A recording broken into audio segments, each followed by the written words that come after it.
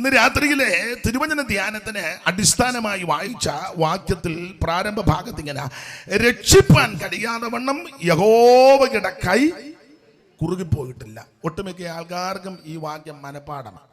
വിശേഷിച്ച് പെന്തിക്കോസുകാർ പലരും പ്രാർത്ഥിക്കുന്ന സന്ദർഭത്തിൽ സാധാരണ ഉരുവിടുന്ന പല വാക്യങ്ങളുണ്ട്. അതിലൊരു വാക്യമാണ് യെശയ്യാവ് 58 പ്രാരംഭ വാക്യം, 59. അപ്പോൾ 59-ാം അധ്യായത്തിന്റെ പ്രാരംഭ വാക്യം എല്ലാവർക്കും സുപരിചിതമാണ്. രക്ഷിപ്പാൻ കഴിയാതെ വണ്ണം യഹോവയുടെ കൈ കുറുകിപ്പോയിട്ടില്ല. വേദപുസ്തകത്തിലെ പ്രവചന പുസ്തകങ്ങളെ നിങ്ങൾക്കറിയാം, നമുക്ക് പലർക്കും അറിയാം, രണ്ടായിട്ടാണ് തരംതിരിച്ച് പഠിപ്പിക്കുന്നത്. ഈ വേദപുസ്തകം തന്നെ 66 പുസ്തകങ്ങൾ അടങ്ങുന്ന ഒരു ബൃഹത്തായ പുസ്തകമാണ് സത്യവേദ പുസ്തകം. മിക്കയിടങ്ങളിലും പറയാറുണ്ട് ഇതിന്റെ പേര് തന്നെ സത്യവേദ പുസ്തകം എന്ന. ഇങ്ങനൊരു പേരുള്ളൊരു പുസ്തകം വേറെ ഇല്ല.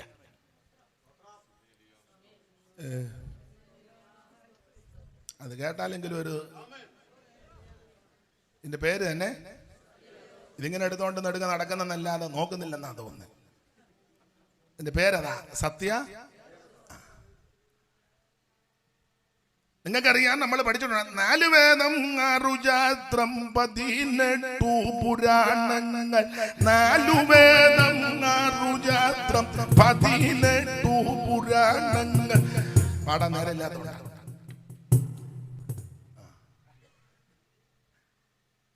എന്നാൽ ഇതിന് മാത്രമേ സത്യ വേദ പുസ്തകം. ഇത് കൈ കിട്ടിയത് തന്നെ വലിയ ഭാഗ്യമാണ്. നിന്റെ വീട്ടിൽ വന്നത് കയറിയത് തന്നെ വലിയ ഭാഗ്യമാണ്. എൻ്റെ ഭാഷയെ പറയാ, ഇത് ചുമന്നുകൊണ്ട് നടക്കുന്നത് തന്നെ വലിയ ഭാഗ്യമാണ്. ഇത് വായിച്ചോണ്ടിരുന്നാൽ പിന്നെയും ഭാഗ്യം കൂടുക. വായിച്ച് കുഴപ്പാതെ ഇതിൽ പറഞ്ഞിരിക്കുന്ന കാര്യം അനുസരിച്ചാൽ പിന്നെയും ഭാഗ്യമാണ്. സ്തോത്രം. ഈ തിരുവചനത്തിനായിട്ട് ദൈവത്തിന് മഹത്വം. നിൻമുഖകാന്തിയൻ മ്ലാനത നീക്കും, നിൻമുഖകാന്തിയൻ മ്ലാനത നീക്കും, നിൻ മധുരാമൃത വചനം ഇന്നതയാകെ പോകും, നിൻ മധുരാമൃത വചനം ഇന്നതയാകെ പോകും. അപ്പൊ ഇടയ്ക്കിടയ്ക്ക് ഈ 2 ശീല പാട്ട് പാടും. നമുക്ക് നാളെ കൺവെൻഷൻ ഇല്ല. ഇവരും നമ്മുടെ പരുവത്തിന് നിൽക്കുന്നുണ്ടത്. ഇടയ്ക്കിടയ്ക്ക് സാധാരണ പറയാറുള്ളതാ, പുട്ടിനിടയിൽ നമ്മൾ പീരയിടും. ഇല്ലേ അമ്മേ? എന്തിനാ അമ്മ പറയാണ്? ആകാരുടെ ഓരോരുത്തർക്ക് ഞാൻ ചോദ്യം തരാം. അമ്മ പറ, പുട്ടുണ്ടാക്കുമ്പോൾ നമ്മൾ തേങ്ങാപ്പീര ഇടുകയല്ലേ? എന്തിനാ? എന്തിനാ അമ്മേ? അമ്മ ഇന്ന് വരെ പുട്ടുണ്ടാക്കിയിട്ടില്ലേ? ഉണ്ടാ എന്നാ അകോതിരി പറ. ഓ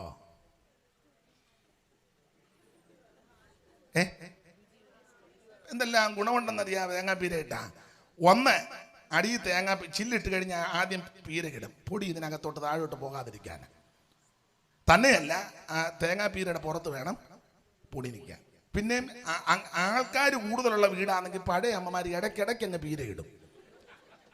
അതെന്തിനാ വെച്ചാൽ യോയ്ക്കുട്ടിക്ക് അരക്കുറ്റി, ബേക്കുട്ടിക്ക് 3/4 കുറ്റി, തങ്കച്ചന് 1 കുറ്റി, കൊച്ചു സാൻകുട്ടിക്ക് 1/4 കുറ്റി. അപ്പൊ ഇത് എന്തിനാന്ന് ചോദിച്ചാൽ ചില്ല്. അങ്ങനെ അമ്മയെ പുട്ടുണ്ടാക്കുന്നത് പറയാമേ? പിന്നെ ഒന്നുമില്ലേ, കൺവെൻഷന് വന്ന് പുട്ടുണ്ടാക്കുന്നെങ്കിലും പഠിച്ചേച്ചു പോകും. പുട്ടിന്റെ പൊടി നനയ്ക്കുകയല്ലേ? അതിന്റെ കണക്കെങ്ങനെയാ? എൻ്റെ ഭാഷ എല്ലാം കൂടെ വായിച്ച് നിറയ്ക്കുന്ന നല്ലതാണ്. കണക്കും കാര്യമൊന്നും ഞങ്ങളുടെ അമ്മയൊക്കെ പറഞ്ഞു കേട്ടിട്ടുണ്ട്. കുഴയരുത്, അതാ കുഴയാതിരിക്കുന്നതാ, കുഴയരുത്. അപ്പം അമ്മയൊക്കെ പറയുന്നത് കേട്ടിട്ടുണ്ട്. ചില കാര്യങ്ങൾ എനിക്കറിയാം. അപ്പം പൊടി നനച്ച് കുറച്ച് വെള്ളം ഒഴിച്ചാ നനയ്ക്കുന്നത്. ഇടയ്ക്ക് അമ്മ ഇങ്ങനെ കൈ കൊണ്ട് ഇതിൻ്റെ തിരുമ്മി നനയ്ക്കുന്നത് കണ്ടിട്ടുണ്ട്.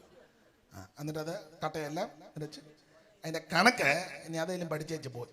ഇങ്ങനെ ഒരു പിടിയെടുത്ത് പിടിച്ച് കഴിയുമ്പോൾ ഇത് അടന്നു പോകരുത്. അതാ അമ്മ പറഞ്ഞ അധികം കുഴയരുതെന്ന്. ആട്ടെ, നിങ്ങൾ പറയാം, ഓ പുള്ളിയെ അകം കൂടി വന്നിച്ച് പുട്ടുണ്ടാക്കിയ കാര്യം പറഞ്ഞേച്ചാ പോയെന്ന്. അല്ലെങ്കിൽ നിങ്ങൾ എന്തെങ്കിലുമൊക്കെ പറയുമെന്ന് എനിക്കറിയാം.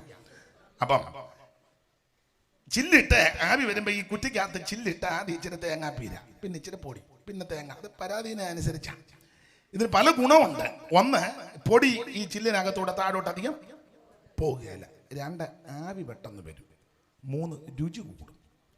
4, മുമ്പേ പറഞ്ഞതാ, ഓരോരുത്തരുടെ പ്രാപ്തി അനുസരിച്ച് കാക്കുറ്റി, അരക്കുറ്റി, മുക്കാക്കുറ്റി, 1 കുറ്റി, 3 കുറ്റി അടിക്കുന്നവരും നമ്മുടെ ഇടയിൽ ഉണ്ട്.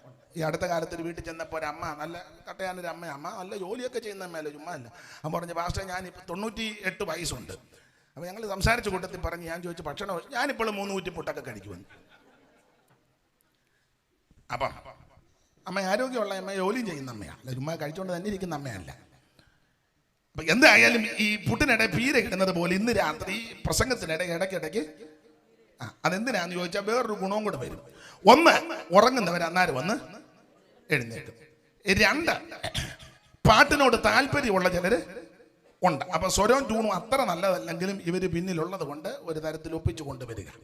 പിന്നെ 3, ഇടയ്ക്കിടയ്ക്ക് ഒരേ പാട്ട് പാടുമ്പം 8:30 പോകേണ്ടവർക്ക് ആ ഇടയ്ക്കത്തെ പാട്ടിന് ഇറങ്ങിപ്പോകാം. 9 പോകേണ്ടവർക്ക് പോകാം. 9:30 പോകേണ്ടവർക്ക് ഇടയ്ക്കിടയ്ക്ക് പാട്ട് പാടുമ്പോഴേ, അല്ല ചുമ്മാ ഇരിക്കുമ്പം കസാര തല്ലി മറിച്ചിട്ട് ചെടയിൽ കൂടെ കയറി പോകരുത്. ഇടയ്ക്കിടയ്ക്ക് ഞാൻ പീര ഇട്ട് തരുമ്പോൾ. പിന്നെ 10 പോകേണ്ടവർക്ക് നമ്മൾ ലാസ്റ്റ് ഒന്നിച്ച് പാടുമ്പം പോകും. ഞാൻ ഇടയ്ക്കിടയ്ക്ക് പാടും. അപ്പം അതുകൊണ്ട് ഇന്ന് രാത്രി എല്ലാവരും എനിക്ക് വേണ്ടി പ്രാർത്ഥിക്കുന്നുണ്ടെന്നറിയാം. ഒരിക്കൽ കൂടി പ്രാർത്ഥന അപേക്ഷിക്കുന്നു. അപ്പോൾ ഈ ഒരു പുസ്തകത്തിന് മാത്രമേ സത്യവേദ പുസ്തകം, ഇതാണ് സത്യവേദം. ഇതെടുത്തതാണ് നമ്മുടെ ഭാഗ്യം. ഇത് ചുമക്കുവാനിടയായത് വലിയ ഭാഗ്യമാണ്. എന്നെ കേൾക്കുന്ന അഭിഷിക്ത ദാസന്മാരോട് പറയുക, ഇതിനകത്തെ വാക്യങ്ങൾ വലിയ പ്രസംഗ പാഠമോ ഒന്നുമില്ലെങ്കിലും കൊത്തയാന്നേലും 10 വാക്യം ആ മുക്കിന് മൂലയ്ക്ക് നിന്ന് വിളിച്ചു പറയുന്നത് ഒരു ഭാഗ്യമാണ്. അഹോപ്പെട്ട വചനം തീ പോലെയും പാറകെ തകർക്കുന്ന ചുറ്റികയാ. ഇന്ന് രാത്രി തനിക്ക് ഇഷ്ടമുള്ള കാര്യം ചെയ്തേച്ച് തിരുവചനം തിരിച്ചു വരൂ. ഈ രാത്രി വചനം കേൾക്കുമ്പോൾ തന്നെ ദൈവം രോഗശാന്തി അയക്കും. വചനം കേൾക്കുമ്പോൾ തന്നെ സകല ബന്ധനങ്ങളും അടിക്കും. ഇന്ന് രാത്രി വിശ്വാസത്തോടെ തിരുവചനം ഏറ്റെടുക്കുന്ന ദൈവമക്കൾക്ക് വേണ്ടി ഈ രാത്രി യേശു അത്ഭുതം ചെയ്യും.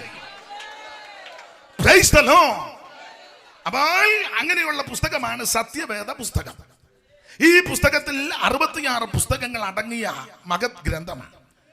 നിങ്ങൾക്കറിയാം, പലർക്കും അറിയാം, രാമായണത്തെ ഖണ്ഡങ്ങളായിട്ടാണ് തിരിച്ചിരിക്കുന്നത്, മഹാഭാരതത്തെ പർവ്വങ്ങളായിട്ട്, അതുപോലെ ഭഗവത്ഗീത യോഗഭാഗങ്ങളായിട്ട്, ഈ സത്യവേദ പുസ്തകം ഓരോ പുസ്തകങ്ങളായിട്ട്, ഉൽപ്പത്തി പുസ്തകം, പുറപ്പാട് പുസ്തകം, ലേവിയ പുസ്തകം, സംഖ്യാ പുസ്തകം, ആവർത്തന പുസ്തകം, അങ്ങനെയുള്ള പുസ്തകം പുസ്തകം പുസ്തകം പുസ്തകം അങ്ങനെ 66 പുസ്തകം.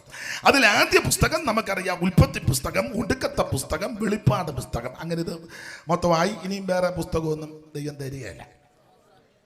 അത് നോക്കി ഇനി ആരും ഇരിക്കുകയും വേണ്ട. ഇനി ഒരു പുസ്തകം കൂടെ കിട്ടുകാരനെ കുറച്ചുകൂടെ ചൊവ്വനെ ജീവിക്കായിരുന്നു. വേണ്ട, ഇതിനകത്ത് പറഞ്ഞതുപോലെ അങ്ങ് ജീവിച്ചോണ്ടാണ് മതി. അപ്പൊ ഇതുപോലൊരു പുസ്തകം, ആ പുസ്തകത്തിലെ ചരിത്ര പുസ്തകം, ആദ്യം മോശയുടെ പഞ്ചഗ്രന്ഥം, പിന്നീട് ചരിത്ര പുസ്തകങ്ങൾ, പിന്നീട് സംഗീത പുസ്തകങ്ങൾ, പിന്നീട് പ്രവചന പുസ്തകങ്ങൾ. അങ്ങനെയാണ് പഴയ നിയമം പര്യവസാനിക്കുന്നത്.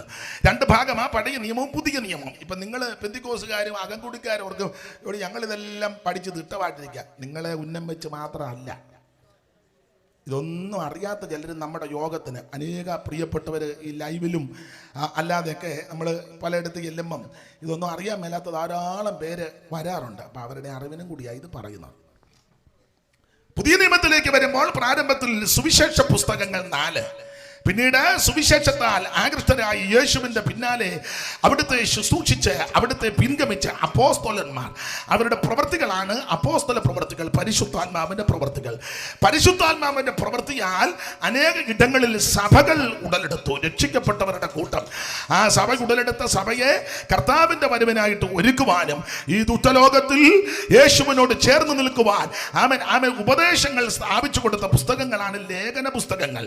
റോമാലേഖനം മുതൽ യൂദയുടെ ലേഖനം വരെ ഉള്ള ലേഖന പരമ്പരകൾ 21 ലേഖനങ്ങൾ. ഒടുവിലായിട്ട് ഭാവികാലത്ത് ഈ ലോകത്തിൽ, ഭൂമിയിൽ, ഈ അണ്ടകടാകത്തിൽ അല്ലെങ്കിൽ മനുഷ്യവർഗത്തിന്, രാഷ്ട്രീയക്കാർക്ക് അല്ലെങ്കിൽ മനുഷ്യവർഗത്തിന് മൊത്തം, പ്രപഞ്ചത്തിന്, പ്രകൃതിക്ക്, ചരാചരങ്ങൾക്ക് എന്തൊക്കെ സംഭവിക്കും, ഈ ഭൂമിയിൽ എന്തൊക്കെ ഇനി നടക്കാൻ പോകുന്ന കാര്യങ്ങളെല്ലാം കൊണ്ട് മറനീക്കി വെളിപ്പെടുത്തി കൊടുത്ത ഒടുവിലത്തെ പുസ്തകമായ വെളിപ്പാട് പുസ്തകം. അങ്ങനെയാണല്ലോ 66 പുസ്തകം. അതില് ഓർപ്പിച്ചു, പ്രവചന പുസ്തകങ്ങളെ രണ്ടായിട്ടാണ് തരംതിരിച്ചു പഠിക്കുന്നത്.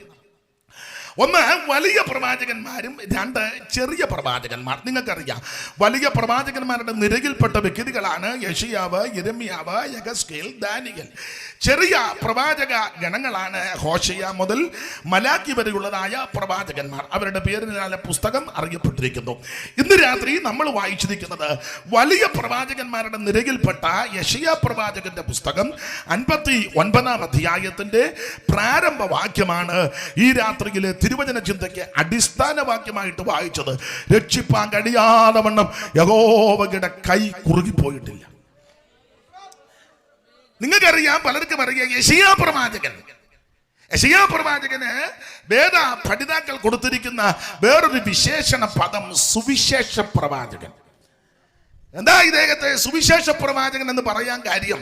സാധാരണ പ്രവാചകന്മാർ മിക്കവരും സുവിശേഷം ഒന്നും അല്ല പറയുന്നത്. അമ്മാമ്മ ലണ്ടനിൽ ഇരിക്കുന്നതായിട്ട് കാണുന്നു, അത് സുവിശേഷം അല്ലല്ലോ.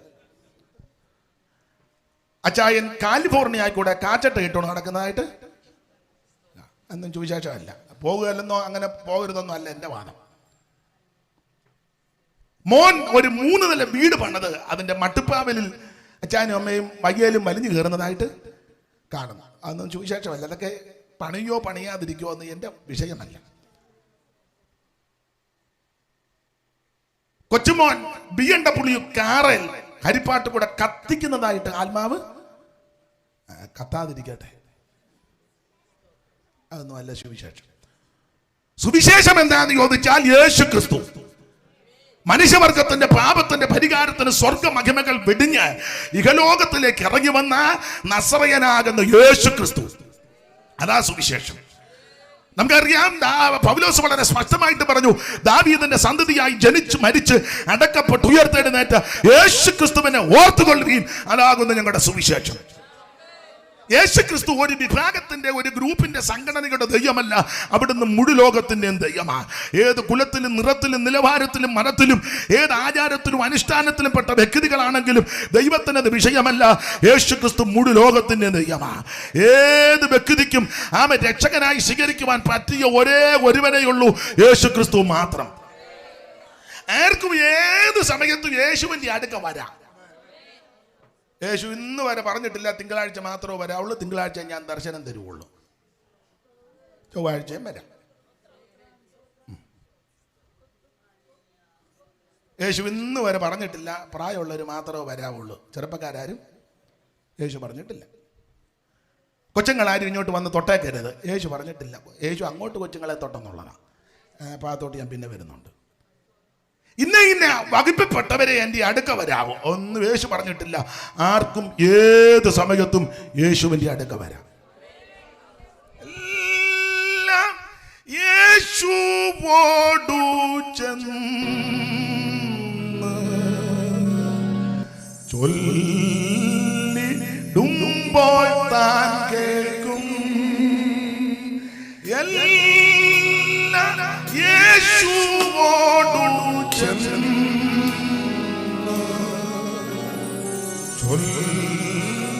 ചൊല്ലിടുമ്പോൾ താൻ കേൾക്കും.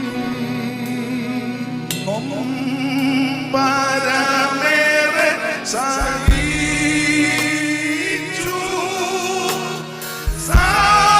സമാധാനങ്ങൾ നഷ്ടം.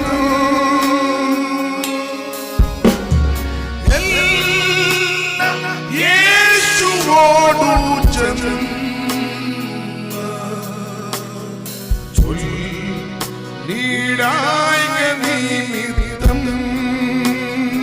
ഏത് വ്യക്തിക്കും യേശു ക്രിസ്തുവിന്റെ അടുക്ക വരാം.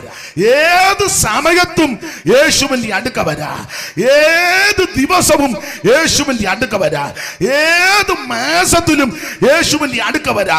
ചെറുപ്പക്കാർക്കും വരാം, പ്രായമുള്ളവർക്കും വരാം, അപ്പച്ചനും വരാം, അമ്മച്ചിക്കും വരാം, കുഞ്ഞുങ്ങൾക്കും വരാം, അവൻ കഴിവുള്ളവനും വരാം, കഴിവില്ലാത്തവനും വരാം, കുചേലനും കുബേരനും പണ്ഡിതനും പാവനും എന്ന് വേണ്ട ജീവിതത്തിന്റെ ഏത് തുറകളിൽപ്പെട്ട വ്യക്തിക്കും ഏത് സമയത്തും അടുത്തു വരുവാൻ കഴിവുള്ള ഒരുവനേ ഉള്ളൂ, യേശു ക്രിസ്തു മാത്രം. അതാണ് സുവിശേഷം. Price the Lord. അതുകൊണ്ട് കല്യോ ഞങ്ങളെല്ലാം ഈ മാർഗത്തിൽ വന്നല്ലേ കായ്ക്ക് തൊടിയിക്കുമായിരുന്നു. കല്ലെടുത്തെറിഞ്ഞ് ഏറുകൊണ്ട് ഊപ്പാട് അടിയിൽ കൂടെ പോലും നടത്തുകയല്ലായിരുന്നു. യേശു വന്നതാ രക്ഷ. യേശുവിനെ കണ്ടതാണ് നമ്മുടെ ഭാഗ്യം. ദൈവത്തിന്റെ മകൻ. അപ്പൊ സുവിശേഷ പ്രവാചകനാണ് യെശയ്യാവ്. യെശയ്യാവ് സുവിശേഷ പ്രവാചകൻ എന്ന് പറയാൻ കാരണം നമ്മുടെ കർത്താവാകുന്ന യേശു ക്രിസ്തുവിന്റെ തിരുപ്പിറവിക്ക് ദീർഘവർഷങ്ങൾക്ക് മുമ്പ് കർത്താവിന്റെ ജനനത്തെ പറ്റിയും എങ്ങനെ ജനിക്കുമെന്നും എവിടെ ജനിക്കുമെന്നും ആരിക്കൂട് ജനിക്കുമെന്നും ജനനം എപ്രകാരമായിരിക്കുമെന്നും ഏത് സ്ഥലത്ത് ജനിക്കുമെന്നും മാത്രമല്ല ജനിച്ചു കഴിഞ്ഞ് തുടർന്നുള്ള നടപടിക്രമങ്ങൾ എങ്ങനെയെന്നും അവിടുത്തെ ആമേ ജനനത്തിന് അനന്തരം എവിടൊക്കെ യാത്ര ചെയ്യുമെന്നും ശുശ്രൂഷകൾ എന്തൊക്കെയായിരിക്കുമെന്നും ഏത് വിധത്തിൽ ശുശ്രൂഷിക്കുമെന്നും മാത്രമല്ല അവിടുത്തെ പ്രവൃത്തികള്, ചെയ്വനകള്, യാത്ര, പോക്ക്, വരവ് ഇതെല്ലാം ആത്മാവിൽ ദർശിച്ച പ്രവാചകനാണ് യെശയ്യാവ്. മാത്രമല്ല അവിടുത്തെ ശുശ്രൂഷകരുടെ മാഹാത്മ്യം, ശുശ്രൂഷകരുടെ വിവിധ വശങ്ങൾ, കന്നിപ്രസംഗം അതെവിടെയാണെന്നൊക്കെ യെശയ്യാവ് പ്രവചിച്ചത്. യേശുവിന്റെ കന്നിപ്രസംഗം 9-ാം അധ്യായത്തിൽ അങ്ങനെ എഴുതിയേക്കുന്നത്. ചടയിൽ നിന്ന് വായിച്ചു, അച്ഛാ വായിച്ചു 9-ാം അധ്യായം യെശയ്യാ പ്രവചനം 9:1.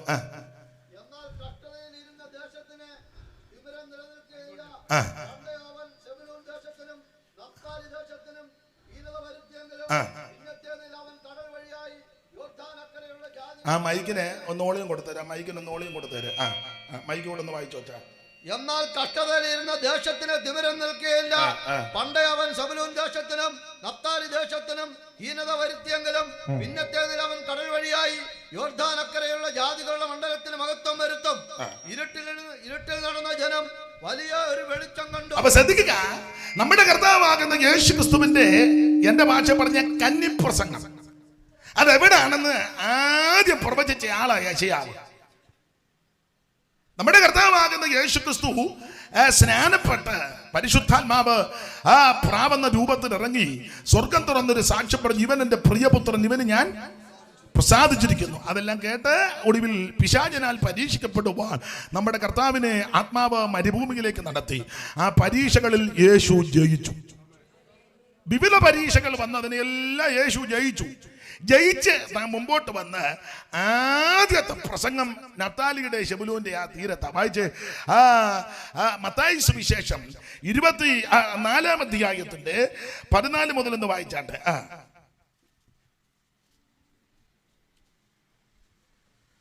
12 മുതൽ വായിച്ചോ. യോഹന്നാൻ തടവിലായി എന്ന് കേട്ടാറ് 4:12 മുതൽ. മത്തായി സുവിശേഷം 4-ാം അധ്യായത്തിന്റെ 12 മുതൽ വായിച്ചു. യോഹന്നാൻ തടവിലായി എന്ന് കേട്ടാറേ അവൻ ഗലീലായിക്ക് വാങ്ങിപ്പോയി. നസറത്ത് വിട്ട് സെബൂലൂന്റെയും നഫ്താലിയുടെയും അതിരുകളിൽ കടൽക്കരയുള്ള കഫർനഹൂമിൽ ചെന്ന് പാർത്തു. സൂക്ഷം കഫർനഹൂമിലോട്ട് വന്ന് നഫ്താലിയുടെയും സെബൂലൂന്റെ അതിരുകളിൽപ്പെട്ട കഫർനഹൂമിലേക്ക് യേശു വന്നു. വായിച്ചു. സെബൂലൂൻ ദേശവും നഫ്താലി ദേശവും കടൽക്കരയിലും യോർദാൻ അക്കരയുമുള്ള നാടും ജാതികളുടെ ഗലീലയും ഇങ്ങനെ ഇരുട്ടിലിരിക്കുന്ന ജനം വലിയൊരു വെളിച്ചം കണ്ടു. മരണത്തിന്റെ ദേശത്തിലും നിഴലിലും ഇരിക്കുന്നവർക്ക് പ്രകാശം ഉദിച്ചു എന്ന് യെശയ്യാ പ്രവാചകൻ മുഖാന്തരം. അപ്പോൾ ശ്രദ്ധിക്കുക, എന്ന് യെശയ്യാ പ്രവാചകൻ മുഖാന്തരം അരുളി ചെയ്തത് നിവർത്തിയാകുവാൻ ഇടവന്നു. അങ്ങനെ നിവർത്തിയായി. അപ്പോൾ കർത്താവാകുന്ന യേശു ക്രിസ്തുവിന്റെ തിരുപ്പിറവിക്ക് 1700 കൊല്ലം മുമ്പ് യെശയ്യാവ് ആത്മാവിൽ ദർശിച്ച് കണ്ടു യേശുവിന്റെ ആദ്യത്തെ കന്നിപ്രസംഗം. അത് സെബൂലൂന്റെ നഫ്താലിയുടെ അതിരുകളിൽ ചെന്ന് ഇരുട്ടിലിരിക്കുന്ന ജനം വലിയൊരു വെളിച്ചം കാണും. സാക്ഷാൽ വെളിച്ചം യേശുവാണ്. ദിവ്യ വെളിച്ചമാ ക്രിസ്തു. അതുകൊണ്ട് യേശുവിന് ആരും വെട്ടം കൊണ്ട് കാണിക്കുമെന്നും വേണ്ട. യേശു ആ വെളിച്ചം. യേശു നമുക്ക് വെട്ടം തരുന്നയാളാണ്. യേശു ഇരുട്ടം തിരിക്കുക, എന്നാ ഒരു തിരി ഇരിക്കട്ടെ. യേശുവിന് തിരി വെക്കരുതേ. സ്തോത്രം. യേശുവിന് ഒരു തിരി വെക്കണ്ട. യേശു വെളിച്ചമാണ്. ദൈവത്തിന് മഹത്വം. അപ്പൊ ഇരുട്ടിലിരുന്ന ജനം ഇപ്പം പുള്ളിക്ക് നെവരെ ഇരിക്കാൻ മേലല്ലോ. അത് ഒപ്പിച്ചേച്ച് പോയി ചൂടെ മുന്നോട്ട്.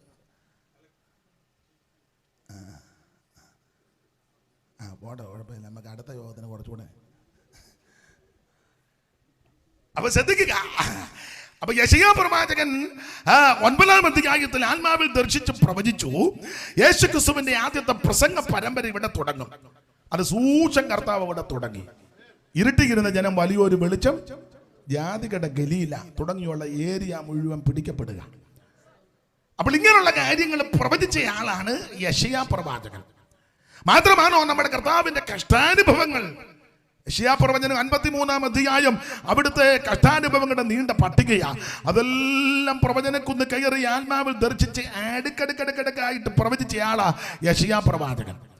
മാത്രമാണോ അവിടുത്തെ തിരുമരണം, അവിടുന്ന് എങ്ങനെ മരിക്കും, മരിച്ചു കഴിഞ്ഞ് അവിടുത്തെ എവിടെ അടക്കും, ആ അടക്കത്തിന്റെ ക്രമീകരണം, ഇതെല്ലാം ആത്മാവിൽ ദർശിച്ച ആളാണ് യെശയ്യാ പ്രവാചകൻ.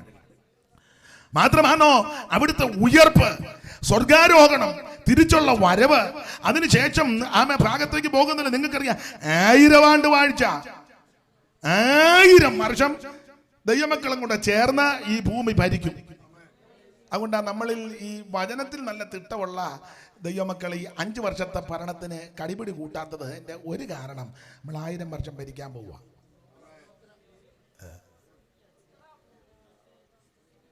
ആരോട് പറയാം? സ്തോത്രം. 1000 മത്സരങ്ങൾ ഭൂമിയെ, 1000 മത്സരങ്ങൾ ഭൂമിയെ അതിലടച്ചു, അതിലടച്ചു മുദ്രവയ്ക്കും ക്രിസ്തുവേ ബേഥലഹേം പട്ടണത്തിൽ യാതനേ, ബേഥലഹേം പട്ടണത്തിൽ യാതനേ. ജ്ഞാനികൾക്കുള്ളിരിക്കും, ജ്ഞാനികൾക്കുള്ളിരിക്കും വേദവേദാന്തനെ ബേഥലഹേം പട്ടണത്തിൽ യാതനേ. 1000 മത്സരങ്ങൾ ശത്രുവേ, 1000 മത്സരങ്ങൾ ശത്രുവേ പിടിച്ചാഴമതിലടച്ചു, ആഴം അതിലടച്ചു മുദ്രവയ്ക്കും ക്രിസ്തുവേ ബേഥലഹേം പട്ടണത്തിൽ യാതനേ. ഓ ബേഥലഹേം പട്ടണത്തിൽ യാതനേ. ബഹു ജ്ഞാനികൾക്കുള്ളിരിക്കും, ജ്ഞാനികൾക്കുള്ളിൽ വേദവേദാന്തനേ ബേഥലഹേം പട്ടണത്തിൽ യാതനേ. അപ്പൊ ശ്രദ്ധിക്കുക, 1000 കൊല്ലം ഈ ഭൂമിയിൽ ഒരു ഭരണമാണ്. അന്ന് അനർത്ഥവും ദോഷവും ഒന്നുമില്ല, അടിപിടിയില്ല, കത്തിക്കുത്തില്ല, അപവാദങ്ങളൊന്നുമില്ല, ആക്ഷേപങ്ങളില്ല, പാരയില്ല, ടോർപ്പിടോ ഇല്ല, പാട്ടുകാരൻ പറഞ്ഞ വഞ്ചനയില്ല, വാഗ്വാദമില്ല, വൈരവാശേഷം ഇല്ല, ഏഷണിക്കാരും ദൂഷകന്മാരും നന്ദി കെട്ടോരും ഇല്ല, ധാർഷ്ട്യക്കാരില്ല, നിഗളികളില്ല, ഭോഗപ്രിയരില്ല, ഏഷണിക്കാരും ദൂഷകന്മാരും നന്ദി കെട്ടോരും ഇല്ല, നാസിസമില്ല, പാസിസമില്ല, എത്തിസമില്ല, പാന്തിസമില്ല, കമ്മ്യൂണിസമില്ല, ലീഗലിസമില്ല, മോഡേണിസമില്ല, കോൺഗ്രസ് ഇല്ല, കമ്മ്യൂണിസം ഒരു ഇസവും ഇല്ല, ഒരു വിശ്വാസവും ഇല്ല. ഞാൻ ഇടയ്ക്കിടയ്ക്ക് പീര ഇടുമെന്ന് പറഞ്ഞല്ലോ. വേട്ടമല്ല പണ്ടൊരു പാട്ട് പാടി, ഇസങ്ങളി പാരില്ല ഈശനി പാരിടം ഭരിച്ചിടുമ്പോൾ, ഇസങ്ങളി പാരില്ല ഈശനി പാരിടം ഭരിച്ചിടുമ്പോൾ, ഇസങ്ങളി പാരില്ല ഈശനി പാരിടം ഭരിച്ചിടുമ്പോൾ, അന്ന് മുതലാളി തൊഴിലാളി പണ്ഡിതർ പാമരർ ദരിദ്രരും എങ്ങുമില്ല. അന്ന് മുതലാളി തൊഴിലാളി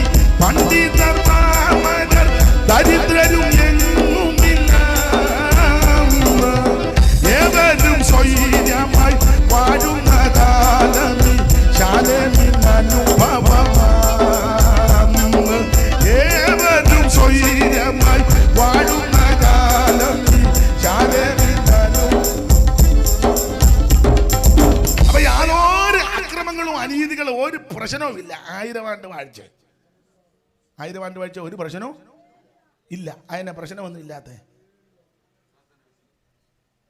അമ്മ പറയാമേ. അമ്മ ഓർക്കും ദൈവമേ ഗ്രഹപ്പഴയ്ക്ക് ഫ്രണ്ട് കയറി, അല്ല എൻ്റെ അമ്മയുടെ അമ്മ പോലെ അങ്ങ് കരുതുക. എനിക്ക് വേണ്ടി പ്രാർത്ഥിച്ചോണേ. സ്തോത്രം. 1000 ആണ്ട് വാഴ്ചയിൽ ഇവിടെ യാതൊരു ദോഷവും ഇല്ലെന്ന്. കാരണം മോള് പറ, ശൂശു ഒന്ന് വെക്കാതെ ഉറക്കം പറ. അതാ മിടുക്കി. എത്രയില്ല പഠിക്കുന്നത്? കാര്യങ്ങളൊക്കെ അറിയാമല്ലോ. ദൈവം അനുഗ്രഹിക്കട്ടെ. അതാ അതിൻ്റെ ആൻസർ. ഈ നാശക്കൊള്ളിയല്ല ഒപ്പിക്കുന്നവനെ പിടിച്ച് ബന്ധിച്ച് വെച്ചേക്കുക.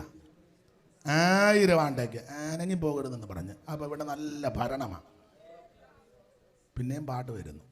അല്ല, ഈ പാട്ടിനകത്തെല്ലാം മെസ്സേജാണ്. അത് ബോധമുള്ളവർക്കറിയാം. വാളുകുന്തങ്ങൾക്കില്ല വയം, കോഴുകളാക്കി ചാലു പോക്കാനാകുമായവ. 1000 ആണ്ട് വാഴ്ച. ആ വാളുകുന്തങ്ങൾക്കില്ല വയം, കോഴുകളാക്കി ചാലു പോക്കാനാകുമായവ. 4 ദിക്കും സമാധാനം ചാലവേ പാരം നിരിക്കും. 4 ദിക്കും സമാധാനം ചാലവേ വാളടുക്കയില്ലാരുമേ ചേലുകടില്ലൊന്നിനുമേ. വാളടുക്കയില്ലാരുമേ ചേലുകടില്ലൊന്നിനുമേ. മോദമാതി മോദം മോദം ഹേ വാഴ്ത്തകാലം സാദരമാണ്. ഓ മോദം ആദി മോദം മോദം ഹേ വാഴ്ത്തകാലം സാദരം. അപ്പൊ ചുരുക്കി പറഞ്ഞാൽ 1000 ആണ്ട് വാഴ്ചയിൽ മറ്റ് പ്രശ്നകലുഷിതമായ യാതൊരു ക്രമക്കേടുമില്ല. ആ 1000 ആണ്ട് വാഴ്ചയെ പറ്റിയും ആത്മാവിൽ കണ്ട് പ്രവചിച്ച ആളാണ് യെശയ്യാ പ്രവാചകൻ.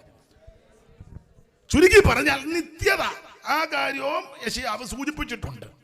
ചുരുക്കി പറഞ്ഞാൽ യേശു ക്രിസ്തുവിന്റെ തിരുപ്പിറവി, അവിടുത്തെ തിരുജനനം, അവിടുത്തെ ഭക്ഷണക്രമം, അവിടുത്തെ യാത്ര, അവിടുത്തെ ശുശ്രൂഷ, അവിടുത്തെ ശുശ്രൂഷയുടെ വിധങ്ങൾ, അവിടുത്തെ കഷ്ടാനുഭവങ്ങൾ, അവിടുത്തെ തിരുമരണം, അവിടുത്തെ അടക്കം, അവിടുത്തെ ഉയർപ്പ്, അവിടുത്തെ സ്വർഗാരോഹണം ചെയ്തത്, തിരിച്ചുള്ള വരവ്, അവൻ 1000 ആണ്ട് വാഴ്ച എന്ന് വേണ്ട മുഴുവൻ അടുക്കടുക്കടുക്കായി പ്രവചിച്ച പ്രവാചകനാണ് യെശയ്യാവ്. അതുകൊണ്ടാണ് വേദപണ്ഡിതാക്കൾ ഇദ്ദേഹത്തിന് സുവിശേഷ പ്രവാചകൻ എന്ന് പേര് കൊടുത്തിരിക്കുന്നത്. Price the Lord. സുവിശേഷം എന്ന് പറഞ്ഞാൽ യേശു ക്രിസ്തു ഏത് മനുഷ്യനെയും രക്ഷിക്കുന്ന മാർഗമാണ് സുവിശേഷം. മറ്റൊരുത്തനിലും രക്ഷയില്ല. നാം രക്ഷിക്കപ്പെടുവാൻ ആകാശത്തിന് കീഴിൽ മനുഷ്യരുടെ ഇടയിൽ നൽകപ്പെട്ട ഒരേ ഒരു നാമം, ഒരേ ഒരു മാർഗം യേശു ക്രിസ്തു മാത്രം. അതെ, ഞാൻ അധികം വിവരിക്കുന്നില്ല. സമയത്തെ ഞാൻ ഭയപ്പെടുന്നു. പാട്ടിന്റെ ശീല് പാടുമ്പോൾ ഓരോരുത്തർ പോകുന്നതായിട്ടും കാണുന്നു. അതിനാ പാട്ട് ഞാൻ തുടക്കത്തിലേ പറഞ്ഞല്ലോ. അപ്പൊ ശ്രദ്ധിച്ചേ, ഇന്ന് രാത്രി വായിച്ച തിരുവചനത്തിനോടുള്ള ബന്ധത്തിൽ ചില കാര്യങ്ങൾ ചിന്തിക്കാം. അങ്ങനെ യെശയ്യാ പ്രവാചകൻ പ്രവചിച്ചു വന്ന് 59-ാം അധ്യായത്തിൽ പറയുക, രക്ഷിപ്പാൻ കഴിയാതവണ്ണം യഹോവയുടെ കൈ കുറുകിപ്പോയിട്ടില്ല. ഇന്ന് രാത്രി ഒരല്പസമയം നമ്മൾ ചിന്തിക്കാൻ പോകുക. കൃത്യം 10 മണിക്ക് യോഗം നിർത്തും, അങ്ങനെ അവിടെ പറഞ്ഞിരിക്കുന്നത്. ചിലപ്പോൾ 2 മിനിറ്റ് മുമ്പേ നിർത്താനായിരിക്കും സാധ്യത. അപ്പം ഇടയ്ക്ക് പാട്ട് പാടും. അന്നേരം അത്യാവശ്യമുള്ളവർ പൊക്കോണം. അപ്പോൾ എനിക്ക് മനസ്സിലാകും അത്യാവശ്യക്കാരനാണ് പോകുന്നത്. അപ്പോൾ അത് നിങ്ങൾ സഹകരിച്ചോണം. ഇച്ചിരി നേരത്തെ നിർത്താൻ നോക്കാം, നടത്തിപ്പുകാരി അനുസരിക്കണമല്ലോ. അപ്പോൾ ശ്രദ്ധിക്കുക, രക്ഷിപ്പാൻ കഴിയാതവണ്ണം യഹോവയുടെ കൈ കുറുകിപ്പോയിട്ടില്ല. ദൈവത്തിൻ്റെ മഹത്വം. ഇന്ന് രാത്രി ഓർപ്പിക്കട്ടെ, നമ്മുടെ എല്ലാവരുടെയും പ്രാർത്ഥന കർത്താവിൻ്റെ കൈ നമുക്ക് അനുകൂലമാകണമെന്ന്. അനുകൂലമാകണം. യെശയ്യാ പ്രവചനം 58-ാം അധ്യായം ദൈവമക്കൾക്ക് പരിചിതമായ ഒരു അധ്യായമാണ്. സാധാരണ ഉപവാസ പ്രാർത്ഥനകളിലെല്ലാം അതിൽ നിന്ന് 2 വാക്യം ഉരുവിടുകയും ഒക്കുന്നെങ്കിൽ അതിൽ നിന്നൊരു വാക്യം എടുത്ത് ഇപ്പം അങ്ങനെ ഇന്നാളെടുത്തും പറഞ്ഞ് പ്രസംഗിക്കുന്നല്ല പറഞ്ഞ് പാസ്റ്റ് 58 ഒരു കീച്ച് കീച്ചാൻ, ശുശ്രൂഷിക്കാനല്ല പറഞ്ഞ് പാസ്റ്റ് 58 എടുത്ത് ഒരു കീച്ച് പിള്ളേരുടെ ഭാഷയാണ് അത് ശുശ്രൂഷയ്ക്ക് കൊള്ളുകയല്ലേ. അപ്പൊ എന്തായാലും ഈ ഉപവാസ പ്രാർത്ഥനകളിൽ 58-ാം അധ്യായം യെശയ്യാവ് അതിലെ വാക്യങ്ങൾ ഉരുവിടാറുണ്ട്, ഉരുവിട്ട് പ്രാർത്ഥിക്കാറുണ്ട്. ദൈവദാസന്മാർ അതിൽ നിന്ന് ശുശ്രൂഷിക്കാറുണ്ട്. കാരണം വ്യവസ്ഥ പ്രകാരമുള്ള ഉപവാസവും വ്യവസ്ഥ തെറ്റിയുള്ള ഉപവാസവും രണ്ടും 58-ലുണ്ട്. വിവരിക്കുന്നതിന് നമ്മുടെ വിഷയമല്ല. വ്യവസ്ഥ തെറ്റിയുള്ള ഉപവാസവും വ്യവസ്ഥ പ്രകാരമുള്ള ഉപവാസവും. അന്യായ ബന്ധനങ്ങളെ അടിച്ച് നുഖത്തിന്റെ അമിക്കീറുകളെ തകർത്ത് പീഡിതരെ സ്വതന്ത്രരായിട്ട് വിട്ടയച്ച് വിശക്കുന്നവന് ആഹാരം അപ്പം നുറുക്കി കൊടുക്കണം, നഗ്നനെ കണ്ടാൽ അവനെ ഉടുപ്പിക്കണം. ഇങ്ങനൊക്കെ ക്രമീകരണമായി നൽകി ചെയ്താൽ അവൻ നിന്റെ കേട് പോക്കുന്നവൻ എന്ന പേരും തരും. നിന്റെ അന്ധകാരത്തെ പ്രകാശപൂരിതമാക്കും. നിന്റെ നീതി നിനക്ക് മുമ്പായിട്ട് നടക്കും. നിനക്കൊരു ദോഷവും വരികയല്ല. കടത്തി പറയാം, നിന്റെ സന്തതിക്കും ദോഷം വരികയല്ല. അതാണ് 58-ാം അധ്യായത്തിലെ വ്യവസ്ഥ പ്രകാരമുള്ള ഉപവാസം. അങ്ങനെ 58-ൽ ഉപവാസത്തിന്റെ വ്യവസ്ഥ പറഞ്ഞേച്ച് 59-ന്റെ പ്രാരംഭത്തിൽ പറയുക, രക്ഷിപ്പാൻ കഴിയാതെ വണ്ണം യഹോവയുടെ കൈ കുറുകിപ്പോയിട്ടില്ല. ഇനി എന്റെ ശൈലി പറയുക, കേൾക്കുന്ന ദൈവമക്കളോട് പറയട്ടെ, 58-ാം അധ്യായത്തിലെ വ്യവസ്ഥ പ്രകാരം ഉപവസിച്ച് പ്രാർത്ഥിച്ച് ദൈവസന്നിധിയിൽ ജാഗരിക്കുന്ന ദൈവമക്കളോട് പറയുക, 58-ലെ വ്യവസ്ഥ പ്രകാരം ഉപവസിച്ച് പ്രാർത്ഥിക്കുന്ന നീ പ്രാർത്ഥിക്കുന്ന ദിനങ്ങളിൽ, ആഴ്ചകളിൽ, മാസങ്ങളിൽ, ആണ്ടുകളിൽ ഒരു വിടുതൽ കണ്ടില്ലല്ലോ എന്നോർത്ത് നിരാശപ്പെട്ടു പോകരുത്. നിന്റെ ദൈവത്തിന്റെ കൈ കുറുകിപ്പോയിട്ടില്ല. Price the Lord. ഒന്നുകൂടെ കടത്തി പറയാം, പ്രാർത്ഥിക്കുന്ന ആരാധിക്കുന്ന വ്യവസ്ഥ പ്രകാരം നിലനിൽക്കുന്ന ദൈവത്തിന്റെ പൈതലേ, നീ ഉപവസിച്ച് പ്രാർത്ഥിക്കുന്ന ദിവസങ്ങളിൽ ഒരു വിടുതൽ നടന്നില്ലല്ലോ നോർത്ത് നിരാശപ്പെട്ടു പോകരുത്. ഇന്ന് രാത്രി ഉറപ്പിച്ചും തറപ്പിച്ചും പറയുക, നീ പ്രാർത്ഥിക്കുന്ന, നിന്നെ രക്ഷിച്ച് നിനക്ക് വേണ്ടി ജീവനെ തന്ന് രക്തം ചിന്തി വീണ്ടെടുത്ത ദൈവത്തിന്റെ കൈ കുറുകിപ്പോയിട്ടില്ല. ഇന്ന് രാത്രി അദൃശ്യനാകുന്ന ദൈവത്തിന്റെ മഹത്വമുള്ള ഭുജം ഇവിടെ വ്യാപരിക്കുന്നതോർത്ത് ദൈവത്തിന് സ്തോത്രം. ഈ ദൈവത്തിന്റെ കൈ നമുക്ക് കാണാനൊക്കത്തില്ല, ഒന്നും കാണാനൊക്കുകയല്ല. ദൈവത്തെ ഒന്നും ആരും കണ്ടിട്ടില്ല. ദൈവത്തെ കണ്ടാൽ ഇവനോട് ഇരിക്കാനൊക്കുകയല്ലോ. സ്തോത്രം. പക്ഷേ ഞാൻ ഇന്നാളെ ദൈവത്തെ കണ്ടു.